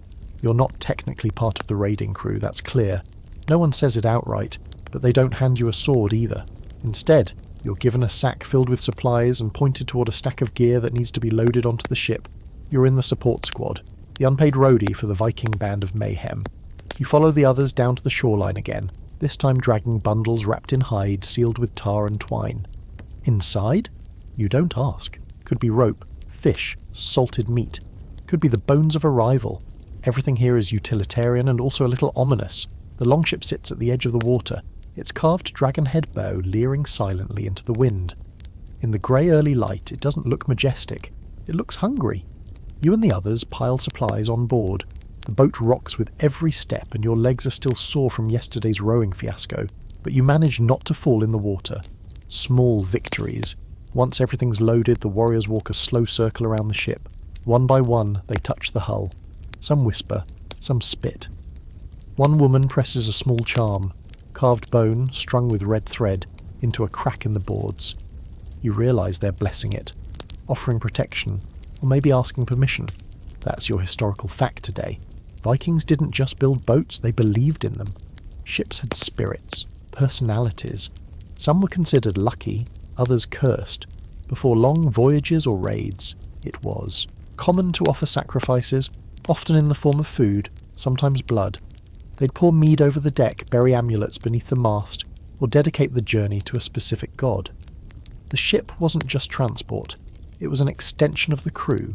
The chieftain arrives last, everyone goes quiet, he steps aboard, nods once, and that's it. No big speech, no rousing anthem, just a nod. You feel the collective inhale, the readiness, They've done this before. They've lost people before, but still, they go. As the raiding party pushes the ship out into deeper water, those staying behind gather along the shore. No waving, no sobbing, just watching. You stand among them, awkward and underdressed, trying to make yourself smaller. The wind picks up, tugging at cloaks and beards and the edges of your hood. The longship slides out across the fjord like it belongs to the sea more than the land. And maybe it does. Once it's gone, the silence stretches. Then someone turns and says, "Time to work." Because of course, the warriors leave, but the world doesn't pause. If anything, things get harder. With so many strong arms now rowing toward potential death, the remaining people, mostly older folks, women, and those considered too soft or injured, have to do everything else. You very clearly fall into that too soft category. You're sent to help with the livestock, which sounds cute, until you realise it involves elbow-deep slop and a ram with a personal vendetta. The pens are muddy and rank and the animals have no fear of you. One goose chases you for 20 minutes just because it can. You slip in something you hope is just mud and get headbutted by a sheep that looks like it moonlights as a debt collector. By midday, you're soaked, sore, and wondering how anyone here ever finds time to think. Everything is constant. Movement, noise, tasks. There's no "I'll get to it later" in a longhouse. There's only now or someone else does it. Or it doesn't get done and then something dies. That's the math. In the afternoon, you're pulled into weaving duty. Not because you have talent, trust me you don't, but because you have fingers and no immediate injury. You sit beside two older women who speak little, but glance at your work with increasing despair. You try to mimic their movements on the loom, threading coarse wool through rough wooden frames. It's slow, painfully so, but eventually you manage something that looks vaguely like fabric. Quirky fact, Norse textiles were vital to survival and status. Everyone wore wool. The wealthier wore fine linen or imported silk if they could get it, but that was rare. Most households had to spin and weave their own cloth, from shearing to dyeing. Colours weren't just for fun, they were social signals. Deep blue, you had trade connections. Red, you probably knew a dyer. And brown. Well, brown was the sweatpants of Viking fashion. You're wearing brown, obviously. As evening settles in, the longhouse becomes heavy with the smell of meat. A pig has been slaughtered. One of the less emotional ones, thankfully. And the air fills with roasting fat and sizzling skin. It's the kind of scent that bypasses thought and goes straight to your primal core. You haven't been this hungry in a while. Not the "I skipped lunch" hungry, the kind that makes you contemplate chewing on your sleeve. When the food is served, it's quieter than usual. No one talks much. The absence of the raiding crew hangs like mist. People eat quickly, efficiently. You get your bowl and sit near the fire again, close enough to feel included, far enough not to assume anything. And that's when the children arrive. Not like a stampede, more like a slow migration. Small figures creep out from corners and crawl spaces drawn by the warmth. They sit in clusters. Some lean against adults. Some curl up like kittens. A boy with a scar over his eyebrow sits beside you without asking. You offer him a chunk of your meat. He takes it, doesn't thank you, but stays. Then the stories begin. Not loud ones. Not the kind you tell to entertain. These are murmured legends, passed from adult to child in tones that mix memory with myth. Tales of frost giants, sea serpents, and the All-Father watching from his high seat in Asgard. A woman speaks of a man who walked into a storm and returned with the ability to speak with birds. A man tells of a warrior who dreamed his own death and welcomed it when it came, smiling. You sit still, listening, watching. The fire crackles. The walls feel closer. The longhouse is no longer just a shelter. It's a container of memory, a keeper of voices that echo from throat to throat, fire to fire, across years and winters and generations. Tonight, you are not in the way. You are simply there, listening, and that's enough. You wake the next morning with a splitting headache and the distinct feeling that you've aged about 40 years overnight. Your back has become one long cold ache, and your hips feel like they've been fighting each other in your sleep. You try to roll over, but there's a sharp object in your side. A small toy horse, hand-carved, probably left behind by one of the many children that now freely roam your sleeping space like it's a community playground. You toss it gently aside and sit up, stretching slowly while every joint cracks like firewood. The longhouse is already stirring, or rather, it never really stopped. People come and go all night, stoking the fire, checking on livestock, walking outside to relieve themselves in the pit that absolutely does not smell better in daylight. You've stopped expecting rest. You now aim for brief moments of lying flat without immediate discomfort. That counts as sleep here. You head for the wash basin, or what passes for it. The water's already sludgy, floating with suspicious flecks of dirt, hair, and maybe part of a turnip. You splash your face anyway. There's no mirror. You don't need one. You already know what you look like. Soggy raccoon with regret-themed fashion sense. Breakfast, again, is porridge. Of course it is. Grey, thick, and, what's this? Flavoured with berries today. Small mercies. You sit near the fire, steaming bowl in hand, and eat slowly while the rest of the household mills around. The mood is quiet. Not sad exactly, but restrained. The longship won't return for days, maybe weeks. And until then, everything is a little tenser. Lighter footsteps. Fewer jokes, a sense that everyone's keeping one ear turned toward the wind. As you're finishing your meal, someone clears their throat behind you. You turn and see a man who looks vaguely like a tree that learned how to walk. His beard is shot through with white, his shoulders wide as an ox yoke. He's not the chieftain, but he sits close to the high seat when everyone gathers. He gestures for you to follow. You do. You expect to be sent on some errand involving livestock entrails or rethatching the latrine roof, but instead, you're led to a quiet corner where a group of people are seated on benches, furs draped across their laps, bowls of something steaming in hand. They glance at you, not coldly, not warmly, just acknowledging. You recognise a few. The woman who sews leather like it's silk, the man who carved a comb so intricate it looked machine-made. These are the skilled ones, the ones who make the longhouse run. You're handed a rough wooden dish and a tool, a curved blade honed to a dangerous edge. Today, apparently, you're learning how to scrape hides. The smell hits first. Sharp. Acidic. Animal. It coats your tongue, makes your eyes water. A freshly skinned deer hide is flopped across a plank of wood, and your job is to remove the remnants, fat, sinew, fur, until it's clean enough to tan. You watch the others for a minute before trying. They move smoothly, efficiently. You do not. Your first few scrapes are either too shallow or too deep, either missing the tissue or tearing holes. The blade slips, nearly taking your thumb with it. No one says a word, they just keep working. You eventually find a rhythm, pull, angle, scrape, pull. Your arms ache, your hands freeze. The hide resists like it has a personal grudge. But gradually the texture changes. You reveal the pale underlayer, the stuff that will one day become clothing, bags, maybe even part of a sail. It's gruesome. It's weirdly satisfying. Here's your historical fact. Vikings were experts in leather and hide work. Every longhouse had someone skilled in the process. They tanned hides using animal brains, ash or urine, whatever worked. Nothing was wasted. A single deer could become food, clothing, tools, glue and thread. You begin to understand that nothing here is one use. Everything has a second life, or a third even, including you.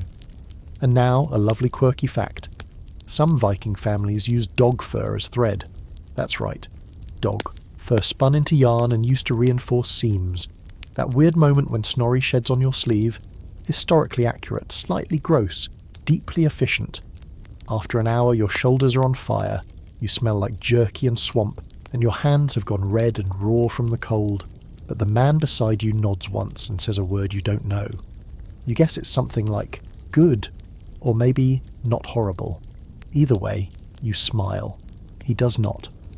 Lunch is dried fish and a handful of nuts. You chew slowly, trying not to lose a molar. Someone offers you a drink. Watery ale that tastes like barn. But you drink it anyway. You're learning. Nothing is wasted.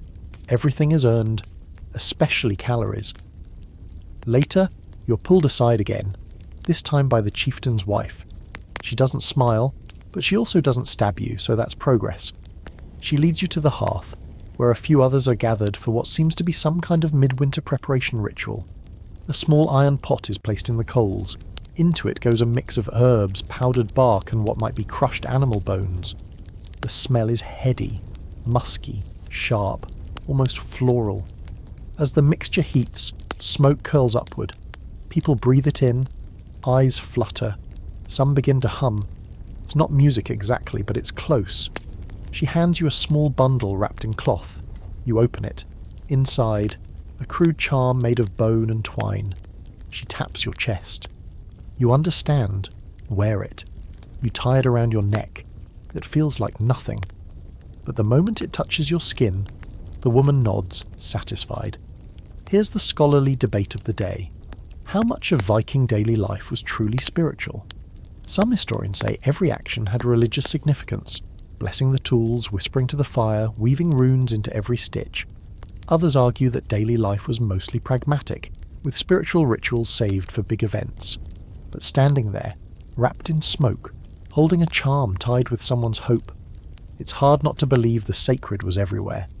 That night, you're invited to sit closer to the hearth than ever before. No high seat, of course. That's for leaders and legends. But you're among the ones who matter now, the ones who contribute. You're given a better bowl, a thicker piece of meat. Someone even laughs at a thing you say. Maybe not kindly, but still, a laugh. When the fire dims and people settle into the edges of sleep, you stay seated for a long time. The charm around your neck is warm from your skin. You smell like tanned hide and ash and whatever strange incense was in that pot. And for the first time, you don't feel like you're visiting a reenactment. You feel like you've always lived here. You wake the next morning with a splitting headache and the distinct feeling that you've aged about 40 years overnight. Your back has become one long cold ache, and your hips feel like they've been fighting each other in your sleep. You try to roll over, but there's a sharp object in your side. A small toy horse. Hand-carved, probably left behind by one of the many children that now freely roam your sleeping space like it's a community playground. You toss it gently aside and sit up, stretching slowly while every joint cracks like firewood. The Longhouse is already stirring, or rather, it never really stopped. People come and go all night, stoking the fire, checking on livestock, walking outside to relieve themselves in the pit that absolutely does not smell better in daylight. You've stopped expecting rest. You now aim for brief moments of lying flat without immediate discomfort. That counts as sleep here. You head for the wash basin, or what passes for it. The water's already sludgy, floating with suspicious flecks of dirt, hair, and maybe part of a turnip. You splash your face anyway. There's no mirror. You don't need one. You already know what you look like. Soggy raccoon with regret-themed fashion sense. Breakfast, again, is porridge. Of course it is. Grey, thick, and, what's this? Flavoured with berries today. Small mercies. You sit near the fire, steaming bowl in hand, and eat slowly while the rest of the household mills around. The mood is quiet. Not sad exactly, but restrained. The long ship won't return for days, maybe weeks, and until then, everything's a little tenser. Lighter footsteps, fewer jokes, a sense that everyone's keeping one ear turned toward the wind. As you're finishing your meal, someone clears their throat behind you. You turn and see a man who looks vaguely like a tree that learned how to walk. His beard is shot through with white, his shoulders wide as an ox yoke. He's not the chieftain, but he sits close to the high seat when everyone gathers. He gestures for you to follow. You do. You expect to be sent on some errand involving livestock entrails or rethatching the latrine roof, but instead, you're led to a quiet corner where a group of people are seated on benches, furs draped across their laps, bowls of something steaming in hand. They glance at you, not coldly, not warmly, just acknowledging. You recognise a few. The woman who sews leather like it's silk, the man who carved a comb so intricate it looked machine-made. These are the skilled ones, the ones who make the Longhouse run. You're handed a rough wooden dish and a tool, a curved blade honed to a dangerous edge. Today, apparently, you're learning how to scrape hides. The smell hits first. Sharp, acidic, animal. It coats your tongue, makes your eyes water. A freshly skinned deer hide is flopped across a plank of wood, and your job is to remove the remnants. Fat, sinew, fur, until it's clean enough to tan. You watch the others for a minute before trying. They move smoothly, efficiently. You do not. Your first few scrapes are either too shallow or too deep, either missing the tissue or tearing holes. The blade slips, nearly taking your thumb with it. No one says a word. They just keep working. You eventually find a rhythm. Pull, angle, scrape, pull. Your arms ache. Your hands freeze. The hide resists like it has a personal grudge, but gradually the texture changes. You reveal the pale underlayer, the stuff that will one day become clothing, bags, maybe even part of a sail. It's gruesome. It's weirdly satisfying. Here's your historical fact. Vikings were experts in leather and hide work. Every longhouse had someone skilled in the process. They tanned hides using animal brains, ash or urine, whatever worked. Nothing was wasted. A single deer could become food, clothing, tools, glue and thread. You begin to understand that nothing here is one use. Everything has a second life, or a third even, including you. And now, a lovely quirky fact. Some Viking families used dog fur as thread. That's right, dog fur. Spun into yarn and used to reinforce seams. That weird moment when Snorri sheds on your sleeve. Historically accurate, slightly gross, deeply efficient. After an hour your shoulders are on fire, you smell like jerky and swamp, and your hands have gone red and raw from the cold. But the man beside you nods once and says a word you don't know. You guess it's something like good, or maybe not horrible. Either way you smile, he does not. Lunch is dried fish and a handful of nuts. You chew slowly, trying not to lose a molar. Someone offers you a drink, watery ale that tastes like barn, but you drink it anyway. You're learning. Nothing is wasted. Everything is earned. Especially calories. Later you're pulled aside again, this time by the chieftain's wife. She doesn't smile, but she also doesn't stab you, so that's progress. She leads you to the hearth, where a few others are gathered for what seems to be some kind of midwinter preparation ritual. A small iron pot is placed in the coals. Into it goes a mix of herbs, powdered bark, and what might be crushed animal bones. The smell is heady, musky, sharp, almost floral. As the mixture heats, smoke curls upward. People breathe it in, eyes flutter. Some begin to hum. It's not music exactly, but it's close. She hands you a small bundle wrapped in cloth. You open it. Inside, a crude charm made of bone and twine. She taps your chest. You understand. Wear it. You tie it around your neck. It feels like nothing. But the moment it touches your skin, the woman nods, satisfied. Here's the scholarly debate of the day. How much of Viking daily life was truly spiritual? Some historians say every action had religious significance, blessing the tools, whispering to the fire, weaving runes into every stitch. Others argue that daily life was mostly pragmatic, with spiritual rituals saved for big events. But standing there, wrapped in smoke, holding a charm tied with someone's hope, it's hard not to believe the sacred was everywhere. That night you're invited to sit closer to the hearth than ever before. No high seat of course. That's for leaders and legends. But you're among the ones who matter now, the ones who contribute. You're given a better bowl, a thicker piece of meat. Someone even laughs at a thing you say. Maybe not kindly, but still, a laugh. When the fire dims and people settle into the edges of sleep, you stay seated for a long time. The charm around your neck is warm from your skin. You smell like tanned hide and ash and whatever strange incense was in that pot. And for the first time, you don't feel like you're visiting a reenactment. You feel like you've always lived here. The next morning you wake up half convinced you've finally gone deaf. The longhouse is so quiet it feels like someone hit the mute button on reality. No crying babies, no snoring warriors, no pig grunts, no creaking beams. Just the low hiss of firewood slowly giving up its will to live, and the occasional rustle of someone adjusting their blanket of fur in exhaustion. You sit up slowly, cautious not to break the spell. This isn't peace, it's anticipation. Everyone's waiting for something, and you realise quickly, it's you. Not in a dramatic, you're chosen kind of way. No glowing runes, no destiny music. But there's this weird energy around you today. People glance at you differently. Not coldly, not mockingly, just attentively. You've become a curiosity, a test subject. The question is no longer, who is this outsider? It's what are they going to do next?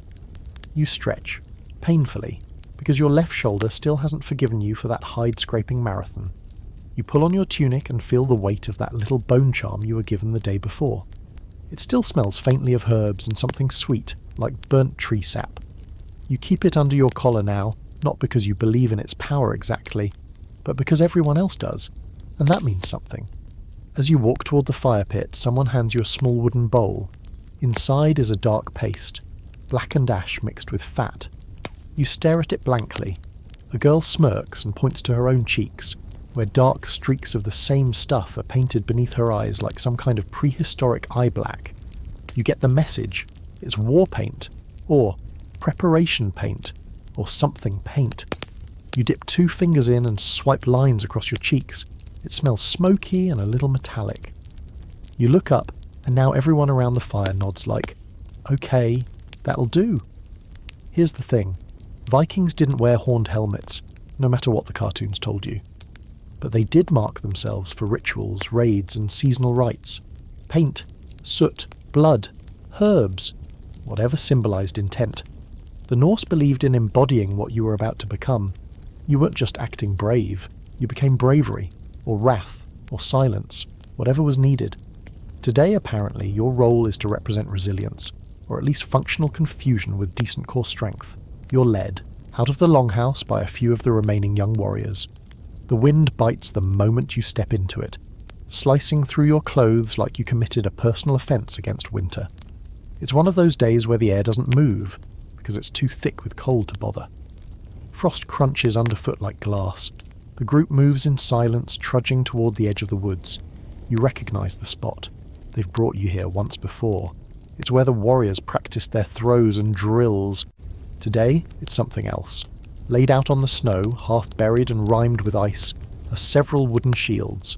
Cracked, burnt, chipped at the edges. Some are clearly old, maybe even ceremonial. Others are fresh, still bearing smears of charcoal paint. Runes burned into the centre, symbols you don't know how to read but feel deep in your spine. You're handed one. It's heavier than you expect. Not just physically, though yes, your arms will hate this. It's heavy in presence, like it's carried more than wood and hide. Maybe history, maybe expectation. You sling it onto your left arm, awkwardly at first, and the girl beside you snorts softly and adjusts the strap for you.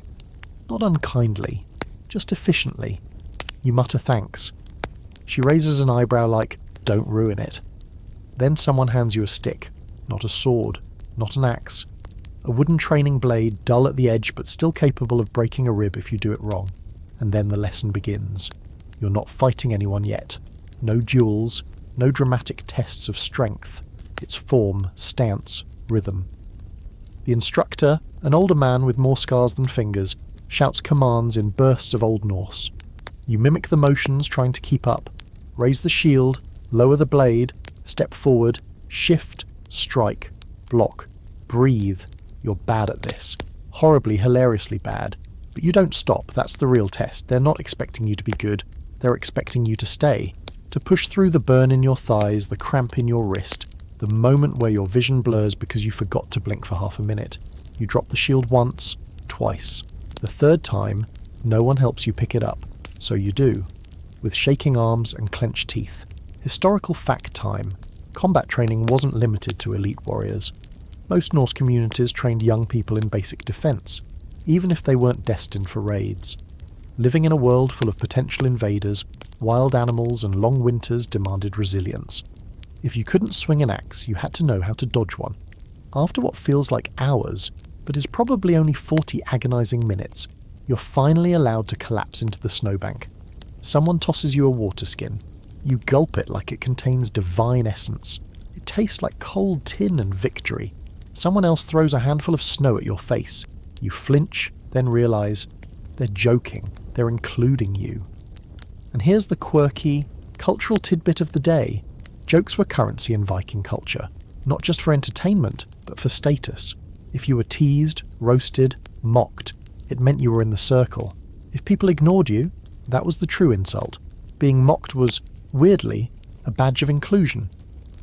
Back at the Longhouse, you stagger toward your usual place near the hearth, but someone pats the floor next to them. Closer. Better view. You sink down with a groan, limbs screaming, and notice your breath fogging in front of you in slow, steady clouds. You're not shaking anymore.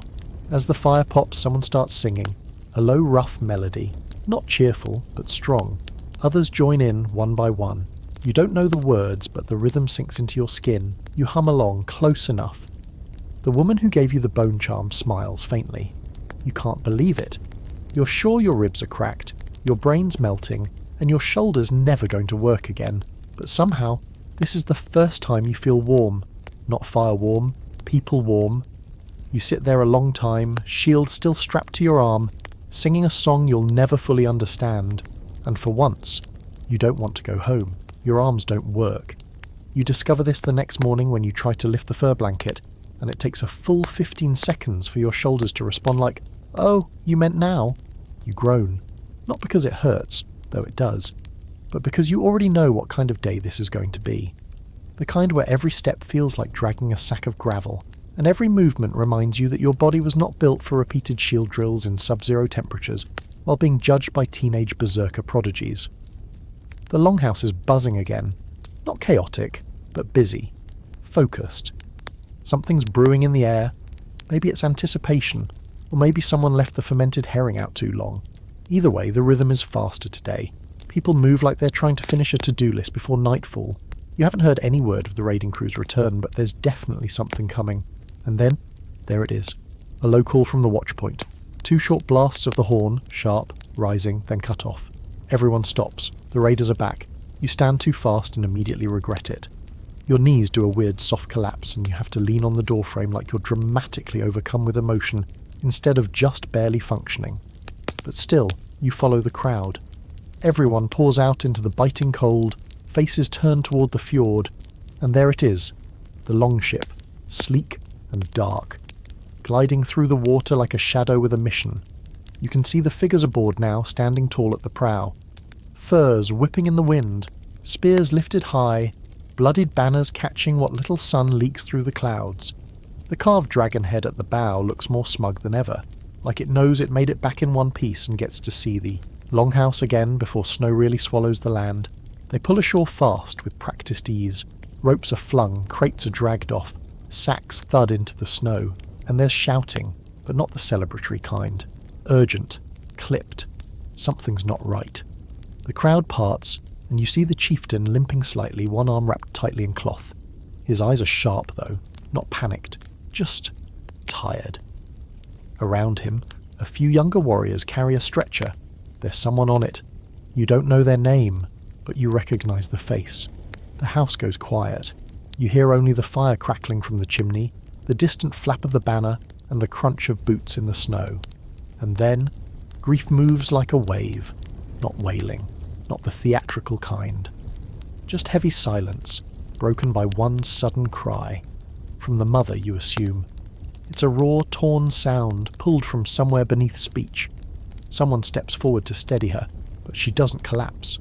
She stares straight ahead, shoulders stiff, eyes blazing with something that might be rage or defiance, or the last fragment of a prayer. You turn away, not out of disrespect, but because it feels too large to witness. The Longhouse absorbs the grief again, just like it always does. Death is not rare here, it's not dramatic, it's simply part of the cycle. But that doesn't mean it's dull. It cuts, clean and cold, and leaves behind silence that everyone understands but no one can fix. Here's your historical fact of the day. Viking raids didn't guarantee glory. For every warrior who returned with a chest of silver or a new scar to brag about, there were plenty who didn't come back at all, or who came back broken, arms shattered, eyes gone, voices never the same. The stories always tell you about the heroics. They skip the limping and the frostbite, and the realization that no amount of mead can fill the hole left by your dead brother. Back inside, the Longhouse becomes a place of sorting. Some tend the wounded, others unload the spoils of the raid, sacks of grain, finely wrought iron tools, carved trinkets from a distant coast. A single gilded cross, small and bent, probably stolen from a church. Someone holds it up and snorts. Not mockery, just disbelief. This too will be repurposed, but no one celebrates. Not yet. Not tonight. You're pulled into the healing circle, not to be treated, but to assist. You're handed rags, clean water, and a task. Wash the wound. The warrior who sits in front of you is barely conscious, his forehead sheened with sweat and grime. His leg is sliced open, thigh to knee. You try not to gag. You wash. You press.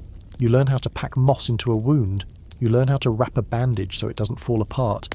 You learn what pain looks like when it's swallowed whole and endured without a word. And you realise something else, something cold and visceral. There is no fantasy here. The movies lied. The sagas softened it. This life is brutal. Even when you win, you bleed. Even when you survive, you come home missing something. Quirky fact. Vikings sometimes brought back foreign captives from their raids, not always for slavery, though that happened plenty. Some were adopted, integrated, even given new roles in the household. One man in this longhouse, grey-haired, missing a finger, always sitting near the back, has an accent different from the others. You realise now he was probably a captive once too. You wonder if that will be you, if you'll stay forever, if they'll rename you, carve your rune into something wooden and solid, and no one will remember where you came from. Later that evening, a small ceremony begins, nothing grand. A few words spoken near the fire, a cup of ale poured into the flames, names murmured, stories retold.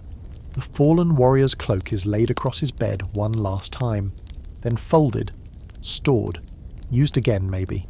That's another historical debate. How much ritual did everyday Vikings perform for their dead? Scholars argue over whether there were elaborate, consistent rites, or if customs varied from house to house.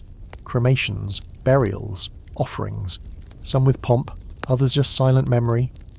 But in all cases there was something. Death mattered. Death had to be honoured, even if it was done in whispers.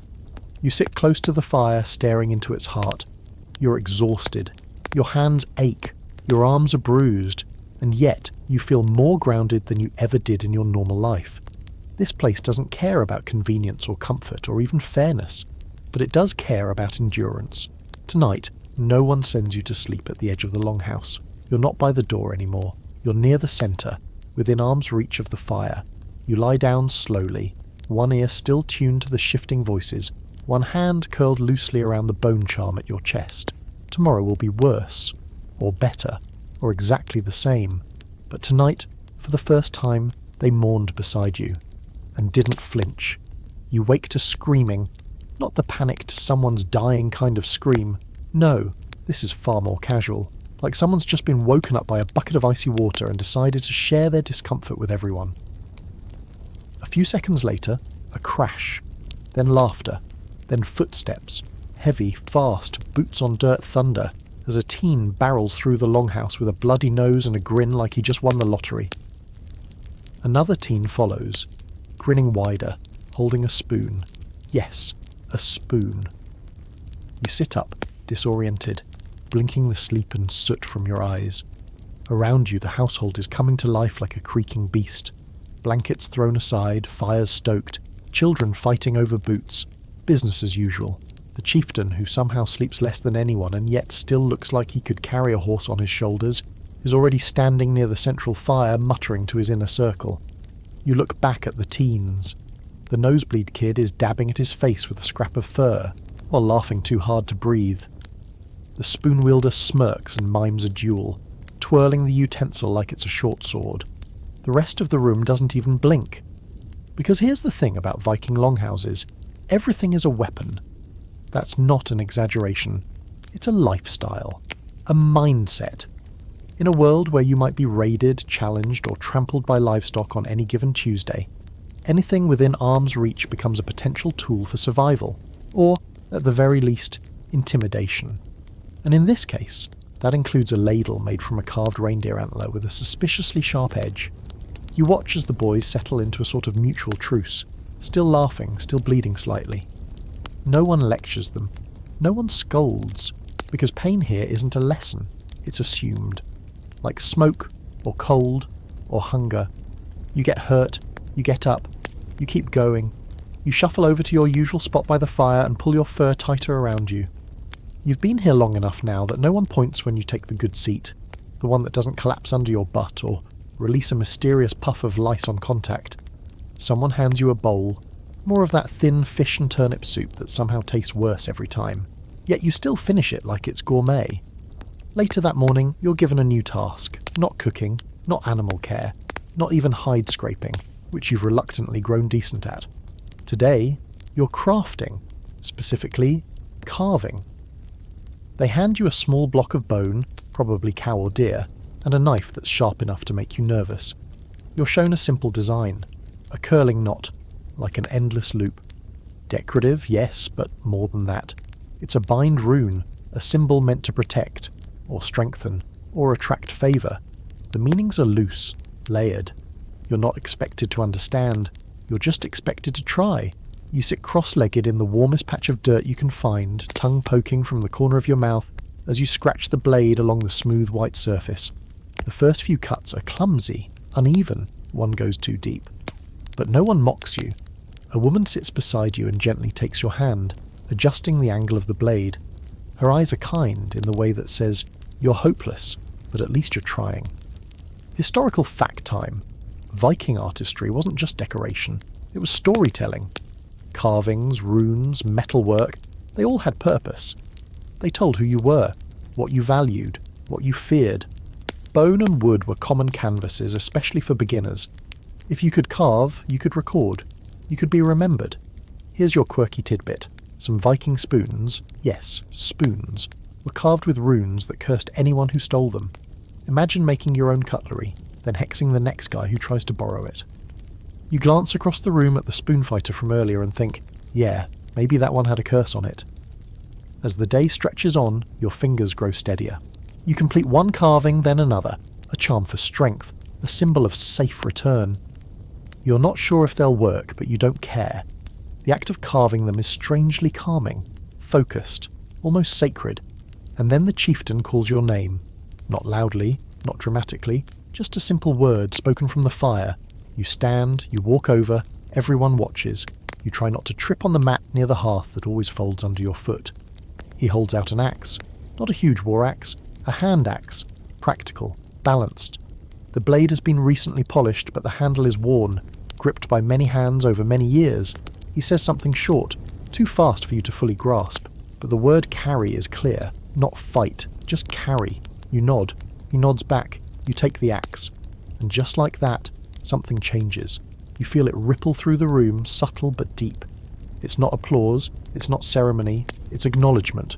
For the first time, you're not just a stray pet they've been feeding out of pity. You're something else now. Not quite one of them, but definitely not. Scholarly debate for today. Did outsiders truly integrate into Viking society? We know they traded, married, even adopted customs. But were they accepted fully? Some say yes. If they proved useful, loyal, tough. Others argue blood and clan still mattered most. But clearly some managed it. Somehow. You strap the axe to your belt, awkward but proud. That night you eat earlier. With the inner group, not at the edge. The soup is thicker, there's bread. The old woman who usually mutters at you now mutters in your general favour.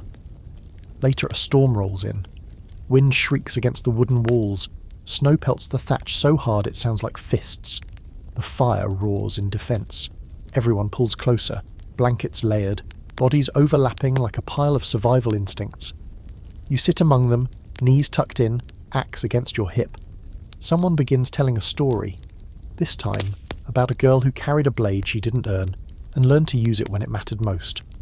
No one looks at you. But the air shifts, the story ends, the fire pops, and someone passes you the last piece of bread without being asked. You're not sleeping.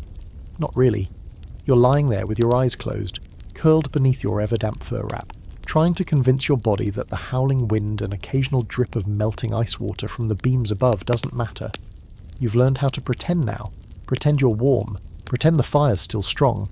Pretend your knees don't ache like you're twice your age. But real sleep, that's a rare and suspicious visitor. When it comes, it brings dreams. Tonight, it brings something else. The old man, the one with the knotted spine and silver beard like wire, leans over you just before dawn, nudges your foot with the end of a walking staff carved in spirals. You blink awake, disoriented, expecting it to be another chore or punishment or some unexpected test of loyalty involving goats. But he doesn't speak, just gestures. You follow. Because at this point you've learned not to ask questions. And honestly, asking never helps. By the time you get a clear answer in Old Norse, the answer is either you're already doing it or duck. He leads you out into the pre-dawn cold, the kind that feels older than time and twice as bitter. The snow crunches in that eerie, muffled way it does when the world's asleep. You trudge behind him along a narrow path, past the barn, past the outer gate, into the woods, thin, bare trees scratching at the sky like they're trying to climb out. Eventually he stops in a clearing. A ring of stones, half buried in the frost, circles the area. At the centre is a flat, blackened stump, ancient and pitted, slick with snowmelt and ash. You recognise it, not because you've seen it before, but because it's exactly what it looks like. A sacred space. You step into the circle and the temperature seems to shift. Colder, quieter. The old man finally speaks, slowly, deliberately, words you barely understand, but a few cut through. Disser, etter, ve. You recognise them from whispered stories around the hearth. They mean spirit, ancestor, sacred place. He hands you a bundle. Inside, herbs, a dried fishtail, a flat stone marked with runes, and a small vial of animal blood, thick and congealed. You suddenly understand. This isn't a chore, this is a ritual. Today is the Night of the Veils, though they don't call it that exactly. It's not a festival, not a party. It's a whisper-thin seam in the year where the world of the living brushes up against the realm of the dead. It's a time for offerings, for memory, for caution. Historical fact, Viking spirituality didn't draw sharp lines between the living and the dead. Ancestors were part of the household. Guardians, advisors, lingering presences. You didn't just honour them, you invited them. Especially during the dark season, when the world felt more spirit than stone. You kneel by the stump following the old man's gestures, lay down the herbs, pour out the blood, burn the fishtail, place the runestone where the smoke curls highest. You feel ridiculous, smelling like last night's soup, shivering, fingers stiff. But when you place your palm flat on the stump, something happens. You don't hear voices, no ghosts whisper your name, but your skin prickles, your breath fogs thick and fast, and somewhere deep in your ribcage a low tremor hums like a plucked string. The old man says something again, slowly this time. You piece it together. Now they know you. You walk back in silence. He doesn't explain. You don't ask. That's how it works. Inside the longhouse, the air is still heavy. No one's speaking above a whisper. You realise now, everyone did their offering. Some in the woods, some at the household shrine, some silently with nothing but a thought and a piece of bread left outside. But all of them have done it. Even the goat has been oddly quiet this morning, as if Snorri knows not to trample sacred air. Later, the elders gather near the hearth, and that's when the stories begin. Not sagas, not legends, real ones. Family tales, the kind that don't make it onto runestones but are passed down like heirlooms. A boy listens as his mother talks about the time her father hunted a bear with a fishing hook. A woman recites the names of her sisters, all dead, in order of their laughter. A man says nothing but clutches a bracelet in his hand for an hour. And then it's your turn. You're not expected to speak, but the silence leans toward you. You panic for a second. Then you remember. You talk about your grandmother, about the way she made soup every Sunday, how her house always smelled like cloves, how she told you stories about wolves and taught you how to whistle with your fingers. You speak slowly, your words stumble, but you speak. No one laughs, no one rolls their eyes, they just listen. And when you finish, the old woman beside you nods once and murmurs, "Your grandmother is here," and you believe her. Here's today's quirky fact. Vikings believed in fetches, ghost-like doubles that walked ahead of you, sometimes appearing before death, sometimes as protectors. Not everyone saw them, but they believed they were always there, listening, watching, guarding. That night the longhouse dims even earlier than usual. Lamps are snuffed, voices go low, even the fire seems to burn softer, lower, more aware. It's not fear, it's reverence. And somewhere in the quiet you hear a voice, not real, not loud, not in your ear, but in the same place you felt that tremor on the stump. It's familiar. And you don't know if it's your imagination or if you really heard your grandmother say your name. You curl under your fur, the charm still at your chest, your hands still stained with ash. You don't fall asleep. You drift. And the longhouse drifts with you. You wake in a cocoon of damp fur, body pressed against the longhouse wall, skin itchy from straw and sweat and your own inability to adjust to the everything is filthy all the time aesthetic. But you're warm, miraculously. Warm in that buried under layers, can't feel your feet so it must be working way. The fire is still alive, barely. Just a few glowing embers blinking in the dark like tired eyes. The smell of last night's offerings, burned herbs, ash, and something slightly fishy. Still clings to the beams. No one's speaking. Yet. And then it starts. Someone laughs. Not a chuckle. A full, loud, chest-deep laugh that cracks through the silence like an axe hitting dry wood. It comes from the back of the house. One of the younger men, back from the raid, clearly feeling alive in the most annoying way possible. He's seated on a fur mat surrounded by a few others, all drinking something from a massive hornpast, around like it's sacred. Which, in a way, it is. You sit up, and instantly you're seen. The loud one grins at you. Not mockery, just a spark of recognition like, ah yes, the outsider lives. He gestures to the horn, then pats the space beside him. You walk over. Because honestly, what else are you going to do? He hands you the drinking horn. You take it cautiously. It's warm from too many mouths and sticky around the rim. You try not to think about how many diseases this object could carry, then take a sip. Mead. And not the watered-down ceremonial stuff you had once at a Renaissance fair. This is the real deal. Thick, honey-rich, bubbling with alcohol, and what tastes like a slight fermentation accident. It hits your throat and warms your stomach with a slow, molten creep. You take another sip, then another. By the time it gets passed along, your head is already buzzing. The edges of the longhouse begin to shimmer. Not magically, just the way everything does when you've had enough alcohol to forget that you're covered in lice and haven't changed clothes in 2 weeks. And this is when the stories begin. Not whispered grief like the night before, not sacred memory. No, this is chaos. Saga mode, full throttle. Exaggerated tales of raids that probably didn't happen quite the way they're being told. One man claims he disarmed 3 monks using only his left foot and an eel. Another describes a battle with a bear that turned out to be 2 drunk Danes in fur coats. Someone swears they heard a goat speak, but only after the 2nd bottle. You laugh. Everyone laughs. The room is loud in the best way. Here's today's historical fact. Vikings loved stories, and they loved mead just as much. The drinking horn wasn't just a container, it was a symbol of community, status, and ritual. Mead was more than alcohol. It was hospitality. It was bonding. It was how you said, you belong, without actually saying it. And your quirky detail of the day, there's a whole Norse myth about the mead of poetry, a magical brew that granted anyone who drank it the gift of eloquence and wisdom. Odin stole it, obviously, because that's what Odin does. He drinks things he's not supposed to and lies about it afterward.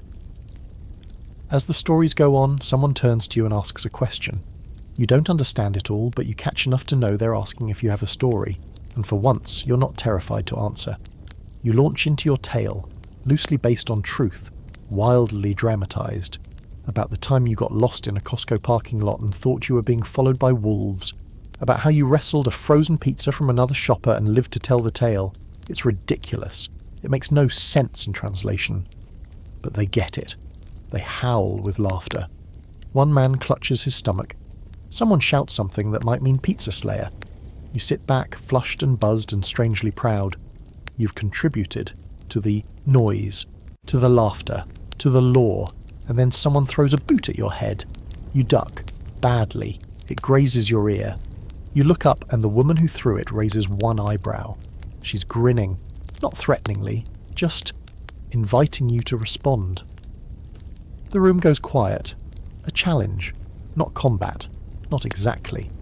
This is something else, something lower stakes but potentially more dangerous. A game. She picks up the boot again and steps into the firelight, slams it down in front of her, then gestures. You don't get it. Someone explains, in very broken gestured speech, that it's a kind of verbal duel. You insult her, she insults you. The crowd judges. The boot is symbolic, probably for kicking someone's pride, or maybe it's just there to stand on. Either way, you're now engaged in a full-on flighting match. Here's your scholarly debate. Was flighting a common Viking tradition, or just something glorified in later poems? No one's totally sure. The Skalds, those epic poets, recorded many flighting duels, full of clever insults, biting wit, and often a suspicious number of bodily references. Whether average folks did it for fun, or whether it was mostly a courtly thing is still up for debate, but right now it's real. You stand up, everyone cheers, she goes first, says something you don't quite catch, but the entire room gasps and starts cackling, so you assume it was brutal. You respond. You cobble together what little Old Norse you know, mime something about her smelling like fish stew and having the beard of a drunken sheep. It's terrible, but they laugh. She grins wider. Round 2, her turn is quicker, sharper, and ends with her pointing at your feet and then at the hearth. A man next to you translates softly. He's so weak, even the fire avoids him. You pretend to faint. They love it. You both go back and forth. Words, gestures, absurd faces. You lean into the absurdity. You mime Snorri the goat giving her fashion advice. She mocks your axe grip by cradling a stick like a baby. By the end, everyone is howling. Even the chieftain chuckles. She raises the boot like a trophy, then sets it on your head. Gently. A peace offering. You've lost. Clearly. But you don't feel like a loser. Tonight the Longhouse isn't a place of fear or grief or test. It's a stage. A hall of light and breath and wild, messy joy. You sit down again, breathless, heart pounding, cheeks sore from smiling. Someone hands you more mead. And for the first time, when you drink, no one watches to see if you belong. They know you do. You wake up with your cheeks stuck to the dirt floor, a thin line of drool frozen halfway to the edge of your chin. Your skull is pounding in that unique, vengeful way that only fermented honey can inspire, and your mouth tastes like you lost a drinking contest with a peat bog. Around you, the Longhouse is a slow-motion train wreck of hangovers. People sprawled across benches, furs, and each other like fallen dominoes in wool. Someone snores into a bowl, someone else is trying to locate their boot using only one eye and a lot of swearing. You sit up, groan, and promptly regret it. Everything hurts, including things that shouldn't, like your earlobes and your pride. But even through the ache, you smile. Because last night was chaos, and for the first time since you were unceremoniously dropped into this world of axes and gruel, you didn't feel like an outsider. You were part of the laughter, part of the storytelling, even part of the ritualistic roast battle that ended with a goat nibbling your sleeve in apparent approval. You made it. Mostly. Eventually, someone, probably a cruel soul sent directly from Odin's minor demons, shouts something like, "Up! Move! Water!" and throws open the door. A blast of freezing air slaps the room like a wet fish. People begin to stir, groaning like undead warriors. You shuffle toward the water bucket, rinse your face in what may as well be liquid knives, and chew on a chunk of hard bread that your teeth absolutely despise. You're halfway through your sad breakfast when the chieftain's daughter, she of the side-eye and silent judgment, appears in front of you and tosses something into your lap. It's a tunic, a new one. Well, not new, nothing is new. But it's less crusty than your current one, and clearly someone stitched this with purpose. The seams are reinforced, the sleeves are long, there are faint spirals embroidered at the cuffs, just enough to hint at status without pretending you have any. You glance up at her, blinking in confusion. She raises one eyebrow and says something short, clipped. You catch the word Skjaldmare, shield maiden. You're not sure if she's mocking you or inducting you. Either way, you put it on. You spend the morning outside, gathering wood. Not because anyone tells you to, but because your body needs movement. You need air that doesn't smell like stale mead and goat farts. You follow one of the boys into the trees, dragging a sled with rope handles and a pair of axes strapped to your belt. The silence of the forest is intense. You can hear everything. The crunch of snow under your boots, the rustle of a bird overhead, the creak of your joints protesting every step. The boy doesn't speak much, but he shows you where to chop, points at a pine, nods, then goes to work on another tree like it owes him money. You do your best to mimic his stance, plant your feet, raise the axe, swing. The blade bites into the trunk with a satisfying thunk, not deep but solid. You keep going. It takes forever. Your arms burn, your breath steams from your mouth in short bursts. Snow slips down your collar and immediately regrets it. But eventually you fell the tree. The boy nods, just once. It feels better than applause. Here's your historical fact. Wood gathering was constant and essential. Vikings didn't just use wood for warmth. They built their homes, their ships, their tools, their everything from it. Trees weren't resources. They were lifelines. And cutting them wasn't casual. It took skill and endurance, and knowing which ones to leave alone, especially in sacred groves. Quirky fact of the day. Some Norse trees were believed to house spirits. If you chopped the wrong one, it was said the spirit could haunt you, bring sickness, or cause your axe to shatter mid-swing. You silently hope no angry ghost elm is tracking your sloppy cuts. You drag the wood back. Your sled groans the whole way. By the time you reach the longhouse, you're panting like a dog, and your shoulders feel like overcooked breadsticks.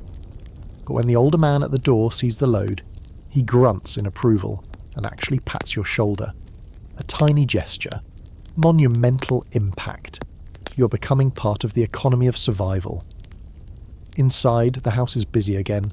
Not frantic, just layered with the buzz of productivity. The warriors are repairing gear. The smith is at the forge, shaping metal with a rhythm that makes your ears ring. The women are spinning wool, dyeing cloth, boiling herbs. The children are doing whatever they do, which mostly seems to involve screaming and hiding from chores. You get handed a knife and a hunk of bone. Time to carve again. But this time, you're not making charms. You're carving your name. Or rather, the closest approximation of it in runes.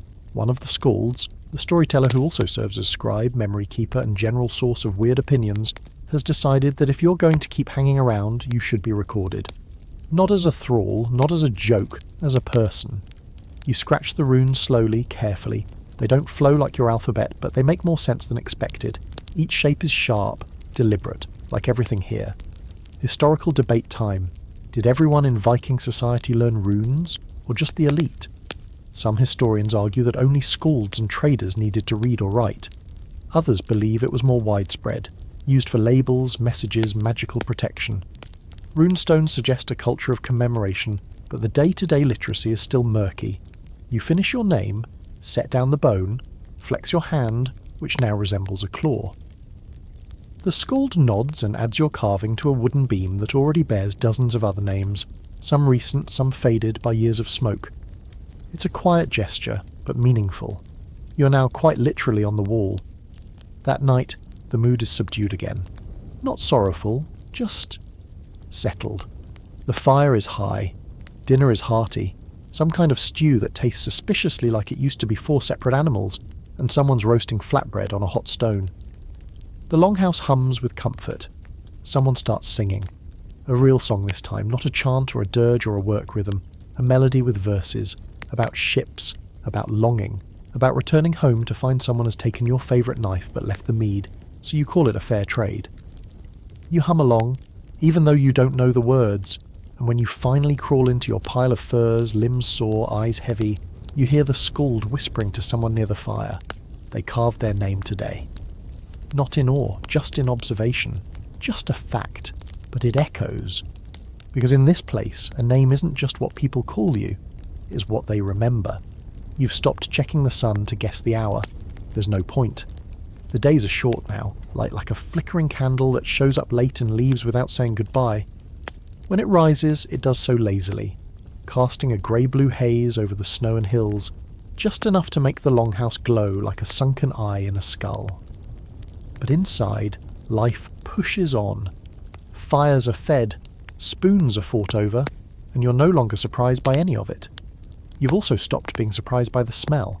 It's complex. Layers of smoke, wet fur, goat musk, old meat, herbs, and that unnameable scent of humans living far too close for far too long.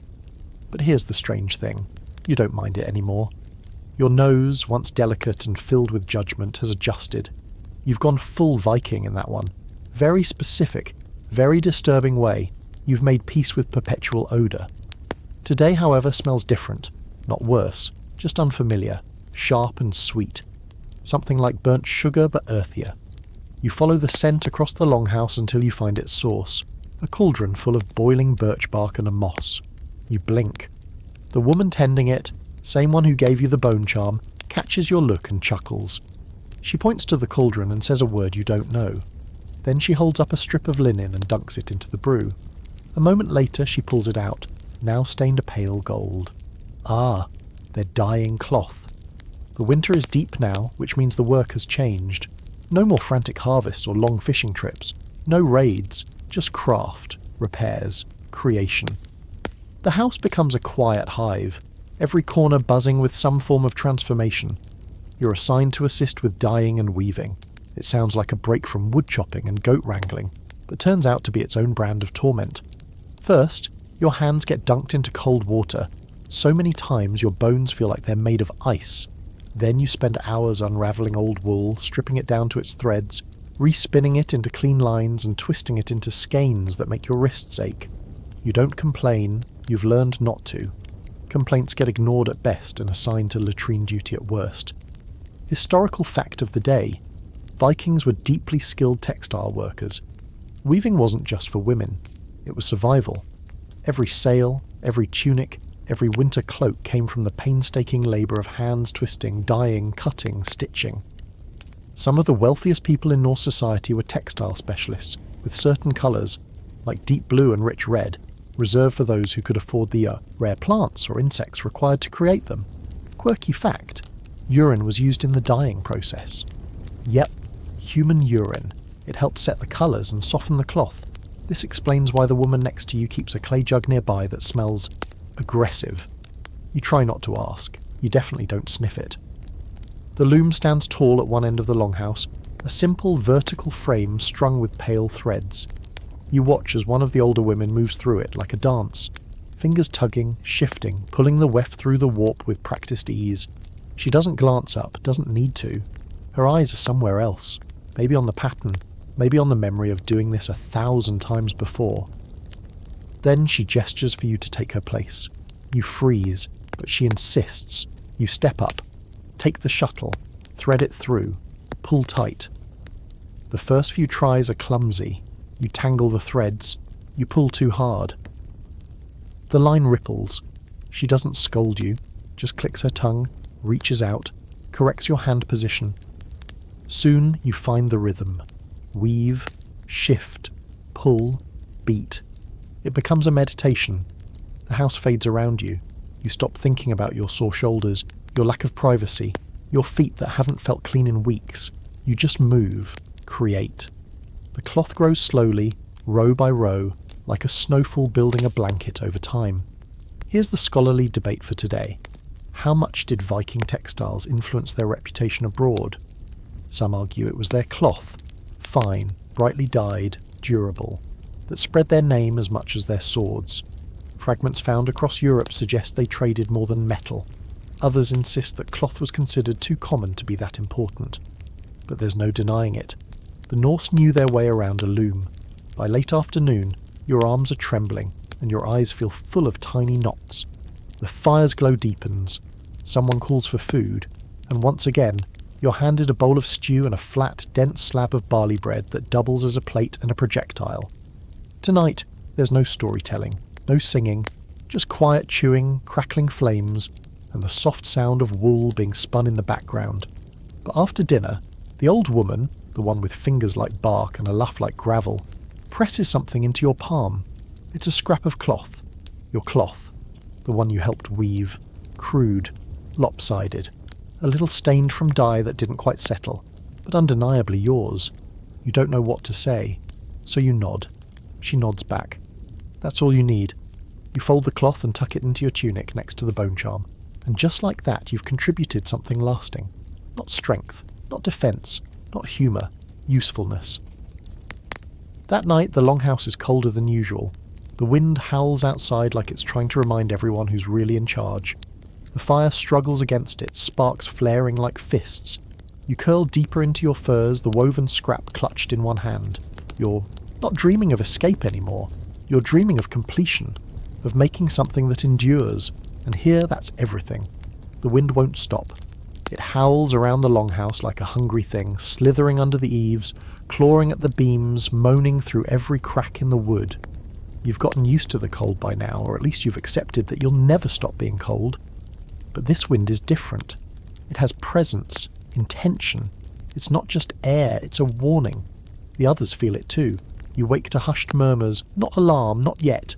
Just that tight kind of conversation that only happens when people are pretending not to worry. The fire's already been stoked high, and everyone is up earlier than usual. There's an edge to their movements, more fur gets layered on. Boots are double-checked. Food is passed around with fewer jokes. Even Snorri the goat is subdued. You almost miss his usual headbutt to the thigh. You eat your breakfast, some kind of porridge with a bit of dried fruit thrown in, probably to distract from the fact that it tastes like lukewarm regret. And then you're ushered outside. The chieftain is standing near the fence, his arms crossed over his chest, staring out toward the hills. He doesn't say anything, just gestures for you to follow as a group forms behind him. Scouts, warriors, elders, a few others like you who have no clear title but are increasingly expected to show up. You hike into the wind. The landscape is blanketed in white, the snow beaten into hard, glossy drifts. Every step sinks you knee-deep, but no one slows down. You pass through groves of skeletal trees, over frozen creeks that groan beneath your weight, until you reach a rise in the land. Below, tracks, dozens of them, boot prints, hoof marks, dragging signs in the snow where sleds or bodies might have passed. You've seen tracks before, but not like these.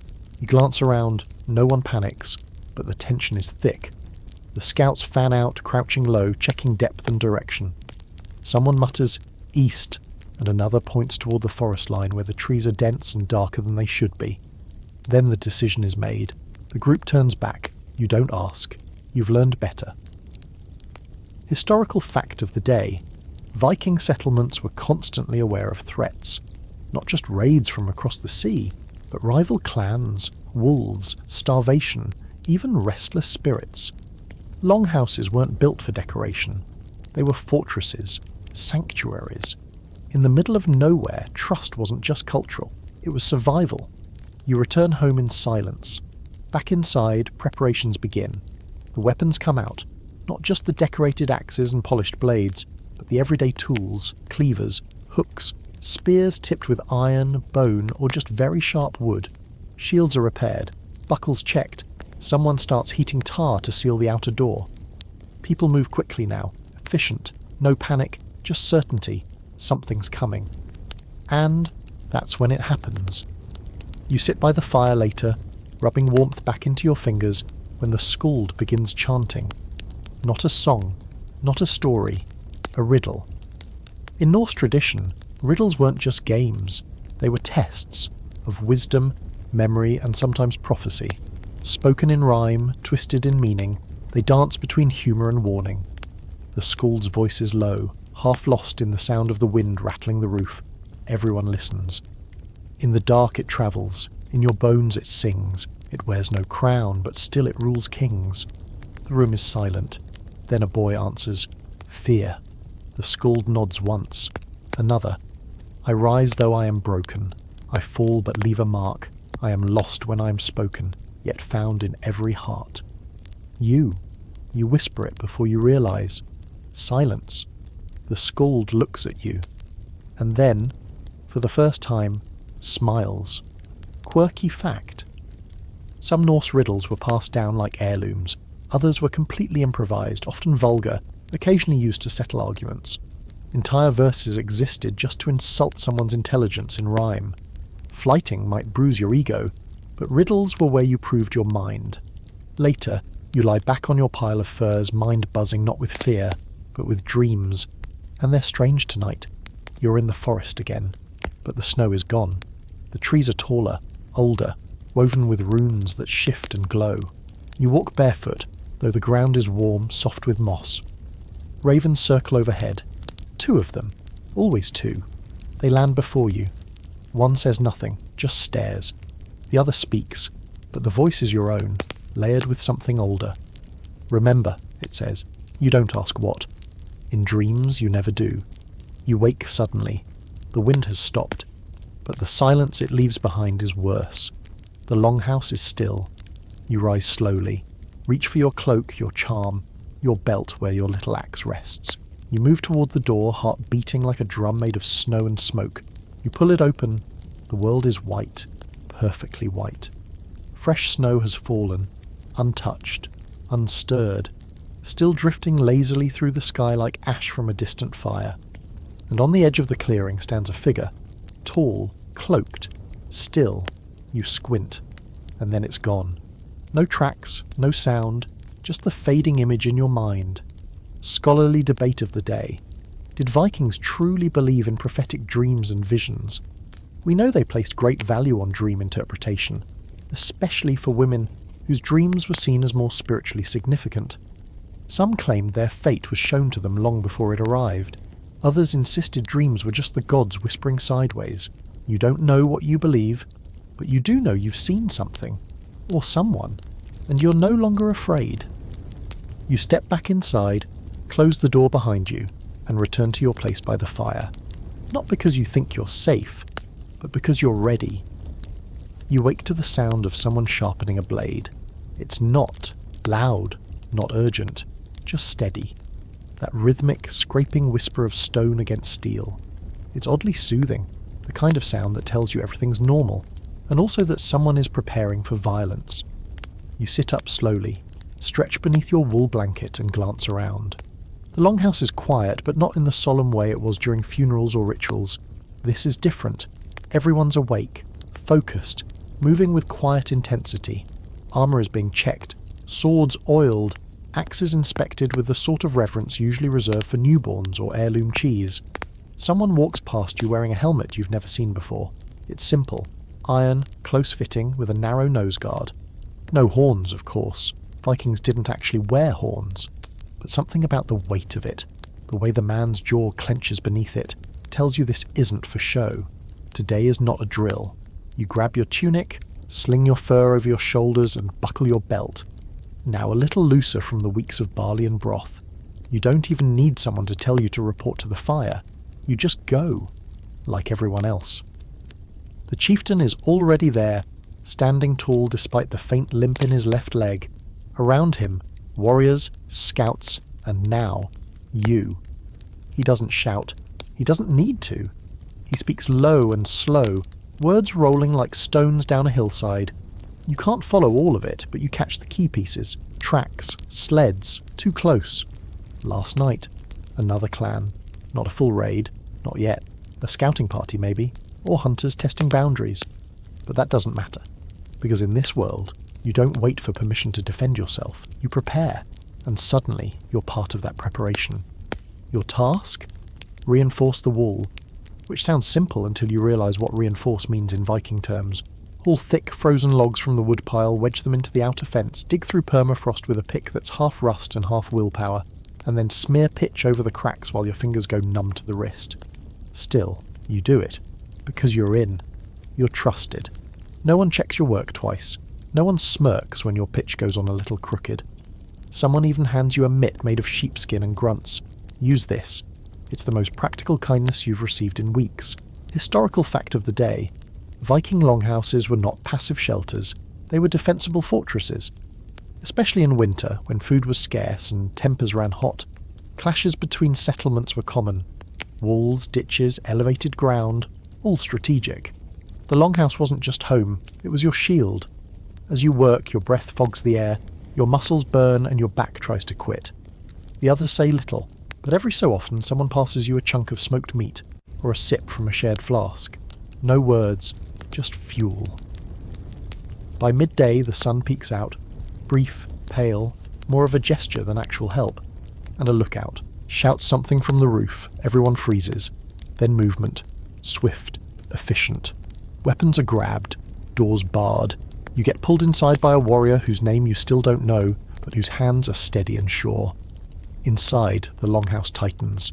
People position themselves by the door, by the shutters, by the gaps in the timber where they can peer out. The elders move to the centre, surrounded by the stronger fighters. The children are ushered to the far end, where the fire's warmth is greatest. You're placed near the door, your axe is in your hand, you have never felt so awake. And here's your quirky detail for the day. Vikings often trained their young and untested fighters through real-life defence drills. If you hadn't yet been on a raid, defending your home was the next best thing. The difference between a farmer and a warrior was sometimes just timing. You glance at the others around you, faces grim, eyes focused, no yelling, no bravado, just readiness, the quiet before the storm, and then nothing. Minutes pass, then an hour. A scout returns, alone, and shakes his head. Gone. No attack. Not today. The tension doesn't break immediately. It lingers, suspended in the smoky air like a song that hasn't quite ended. But gradually weapons are lowered. Shoulders ease. A sigh escapes someone near the back like steam from a kettle. But the lesson remains. This is how life works here. You're never truly safe. You're never off duty. Even peace is just the time between sharpenings. That evening no one celebrates. No feasting, No storytelling, just a quiet, slightly nervous meal, and the sound of fire popping as pitch melts down the logs you hauled. After dinner, you're given something unexpected, a needle and thread. You blink. The chieftain's wife hands it to you without a word, then tosses a thick wool tunic into your lap. It's patched but sturdy, and around the neck hole the stitching has come loose. You stare down at it, confused.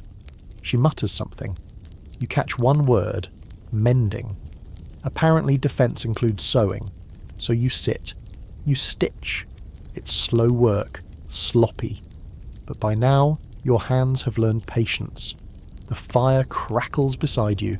Someone hums. You hear laughter in the far corner, low, tired, but real. And here's your scholarly debate for the day. Were Viking gender roles truly rigid? Texts often paint a binary, but archaeological evidence says otherwise. Men sewed, women fought, children learned everything.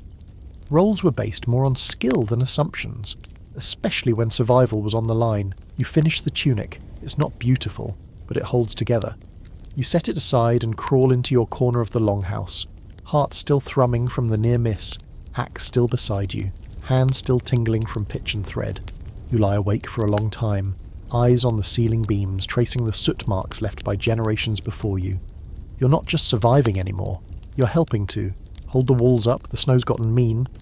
Not the pretty, postcard kind you were foolish enough to romanticize when you first arrived. This is thick, wet snow, heavy as sin, falling in slabs from the sky like the gods are emptying their icebox one bucket at a time. It lands with wet thumps, slathering the longhouse roof and collapsing into the yard with the sound of a sigh that's just had enough of everything. The air is sharp, metallic. Each breath makes your nostrils sting and the inside of your nose feels like it's lined with frozen razors. You're outside, of course, because there is no snow day in a Viking settlement. You're helping shovel paths with a flat plank tied to a stick that technically qualifies as a tool. The snow keeps winning. Every foot you clear gets covered again 5 minutes later. But no one stops. Everyone works like the weather is a personal enemy. Because, let's be honest, it kind of is. Around you, the village has gone into winter lockdown mode. Every door is shuttered, every roof weighed down with snow and silence. Livestock are crammed into shelters that smell like nightmares. Fires burn day and night. Everyone's slightly hungrier, slightly snappier, and perpetually damp. The world outside the longhouse has narrowed to about 30 feet in any direction, and even that feels ambitious. You slip once, falling straight on your back into a drift so deep it feels like the earth is trying to eat you. A boy walking past offers a hand, smirking. You take it without complaint, because now you're used to it. Used to the cold, the work, the smirks, the aching bones, the fact that the snow is always plotting your downfall. It's not that you've gotten tougher, it's that the longhouse has worn you down into something functional. After the paths are briefly cleared, you're called inside. It's warmer than usual, the fire stoked high, a bubbling pot hung above it, and the chieftain's wife standing over it like a cauldron queen. She gestures for you to sit, then ladles out a thick stew-like mass of root vegetables, dried meat, and a broth so dense it feels like it could double as building material. You eat with enthusiasm. You've learned to savour anything vaguely warm and chewable. Then, the surprise. A second course. Sweetened porridge, thick with honey and topped with dried berries.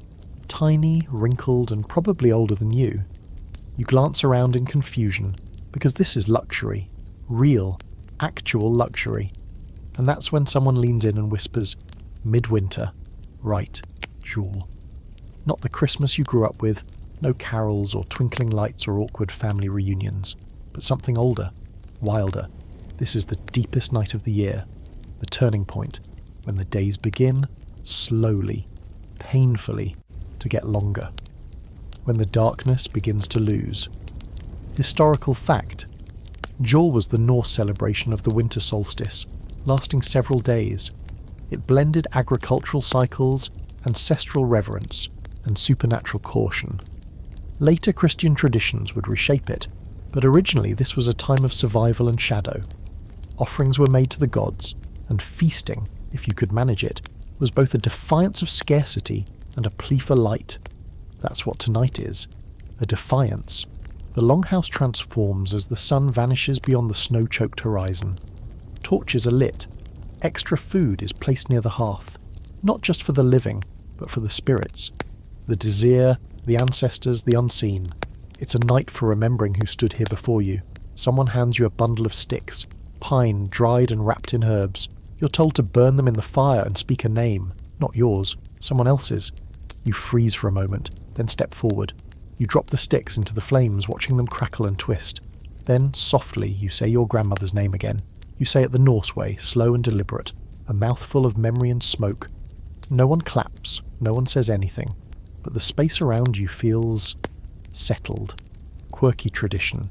During Yule, spirits were believed to walk freely, and homes had to be cleaned, fires kept burning, and doors unlatched so that ancestors could visit without obstruction. Some families even left a seat open at the table just in case. Tonight you watch as they do just that.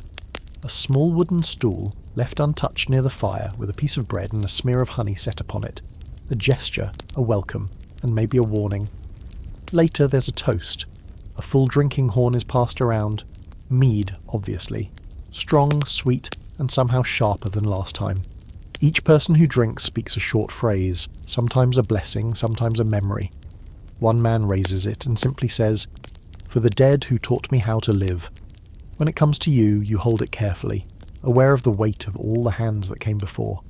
You take a sip, cough slightly because it's still poison, and then whisper, "For staying when I could have run." That earns you a slow nod from the Scald. Then comes the fire ritual. They open the main door, not for long, just a few minutes, and let the freezing wind whip inside. A torch is thrown into the snow, a symbol, apparently, of banishing the darkness. You're told to watch the flame flicker in the white and imagine the sun returning. You do. You pretend. And for the first time, you almost believe it. Later still, the singing starts. Not loud, not drunken. These songs are old, software carried low in the throat and heavy in the bones.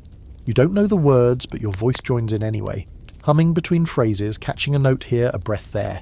It becomes a low, endless lullaby that wraps the longhouse in heat and harmony. And when you finally crawl into your corner, new straw beneath you, clean fur, stomach full, hands still smelling of herbs and smoke, you realise something strange. You're not hoping for rescue anymore. You're not counting the days. You're just here. And somehow that's enough. Outside, the wind howls like it doesn't know the feast is happening, like it wants to crash the party and isn't invited.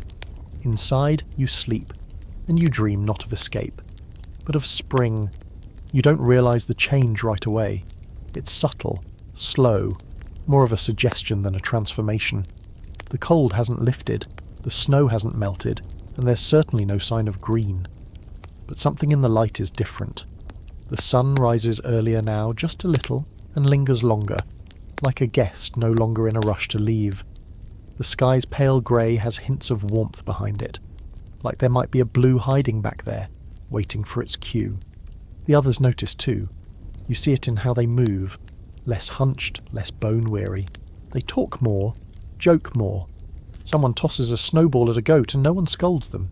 Even Snorri looks slightly less demonic. You're up early, voluntarily.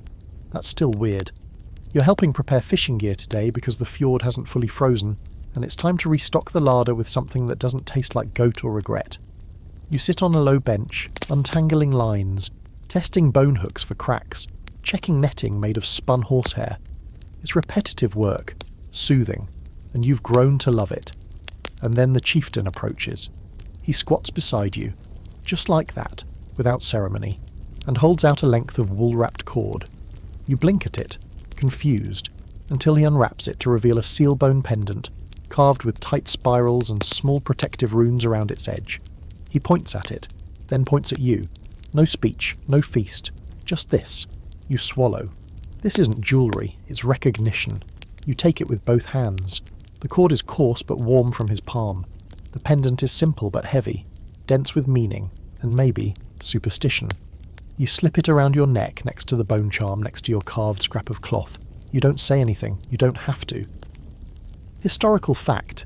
Status symbols in Norse culture were not always flashy. A simple brooch, a carefully dyed cloak, a carved bead. All were markers of identity and belonging. These items weren't for strangers. They were for the household, for for those who knew how to read the signs. You return to your fishing lines.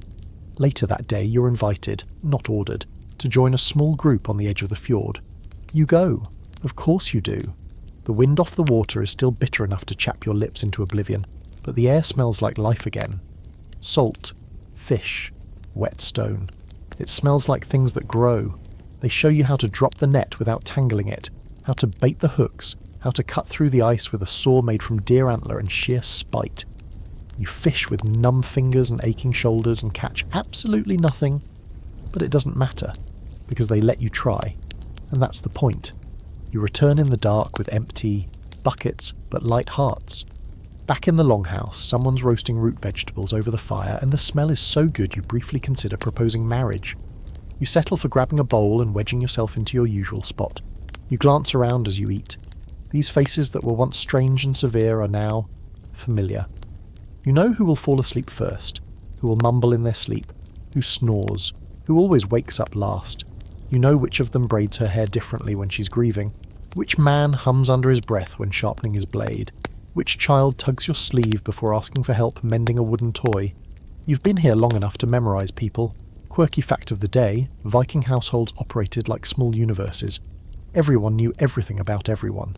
Privacy didn't exist, not out of malice, but necessity. Lives were lived in view, secrets were rare. That deep familiarity, it could be maddening, but it also kept you alive. After dinner, someone pulls out a drum, a real one. Stretched skin over a round wooden frame painted with symbols that shift in the firelight. A few others join in with clapping, foot stomps and low whistles through hollow reeds. And then the skald stands. Tonight they tell your story. It's not literal, not really. They're not naming you outright. But it's you, a stranger from the ice, dropped from nowhere. Soft hands, confused face. They exaggerate it, of course. They claim you screamed at a chicken and mistook a squirrel for a god. The room laughs, but then the story shifts. The stranger learns, the stranger weaves. The stranger carries water, hauls wood, holds a blade. The stranger defends, and when the dark comes, the deepest night, the stranger stays. And when they finish, no one laughs. Someone claps you on the back, someone else refills your cup. The goat lays down beside you, which is either a sign of grudging affection or a power move. You sit in the glow of the fire, and for the first time you ask yourself, what if this was never a detour? What if this wasn't a mistake, a fluke, a punishment? What if you were always meant to be here? Scholarly debate of the day. Did Viking culture allow for true reinvention? Some historians argue that your fate was set by birth and blood. Others point to the countless tales of thralls becoming free, outcasts earning a name, foreigners rising to power. The sagas are full of transformations, heroes shaped by hardship, belonging earned through struggle. You don't know the answer, but you know this. You're not who you were, not anymore. And as you curl up that night, clean blanket, mended tunic, charms against your skin, you realise you've passed the final test. You stayed, you adapted, you endured. And here, in this brutal, beautiful, endlessly cold place, that's what makes you one of them. The Longhouse is quiet tonight. Not silent, never silent, but gentler. The fire burns low, casting soft orange, light on beams soaked in centuries of smoke. Shadows dance across sleeping faces and the curved horns of tools hung carefully above beds. Outside, the wind rustles through trees not quite as bare as before. The cold is still there, biting at the doorframe and licking the shutters, but it feels less cruel now, like it's remembered how to be part of the world instead of fighting against it. You lie on your back beneath your fur blanket, arms folded, staring up at the timber roof. You can trace every beam now, every knot in the wood, every hanging charm strung with beads or animal teeth or bundles of herbs that have long since turned brittle. The air smells of pine smoke, wool, and something faintly sweet. Maybe the last of the winter berries drying near the rafters. Your axe rests beside you. Not a weapon anymore, just an extension of your daily life, like your tunic, like your breath, like your name, carved into the wood above your bed with clumsy hands and borrowed letters. You listen. Someone coughs. Someone murmurs in sleep. A dog shifts. Snorri grumbles in his corner and headbutts a wall, which gets a soft chuckle from somewhere in the dark. A baby whimpers and is gently hushed. A log shifts in the fire with a puff of sparks. The rhythm of a life you never expected to know. A rhythm that, against all odds, now includes you. You think of everything it took to get here. The cold, the blisters, the bruises from carrying wood, and shame, and the weight of never quite belonging. Until you did. You think of the rituals, the shared meals, the mud, the laughter, the endless stew, the singing, the days spent scraping hides, the nights spent carving stories, the snow that tried to bury you, the fire that kept pulling you back. And you think of that first night, weeks ago, when you curled into yourself like a foreign object dropped into a world not made for you. When the Longhouse loomed large and strange and you didn't understand the rules, the language, or how to breathe in a place where survival was expected, not earned. Now, the Longhouse feels different, not smaller, just yours. You understand finally that survival here isn't about strength, it's about softness. The kind that bends but doesn't break. The kind that learns the song even when you don't know the words. The kind that watches the firelight flicker on the faces of people you once feared and sees family instead. Outside, the snow is melting, just barely. A trickle down the eaves, a crack in the drifts. Spring will come. It always does. But even if it didn't, even if the ice never lifted and the sky stayed grey and the goats kept chewing on everything they shouldn't, somehow now you'd be fine. Because you didn't just last a day in a Viking Longhouse, you lived it, and that, my friend, is more than most can say. Now close your eyes, the fire's still burning, the house is still breathing, and tomorrow is just another story waiting to be carved. Sleep well. Word. Count 300.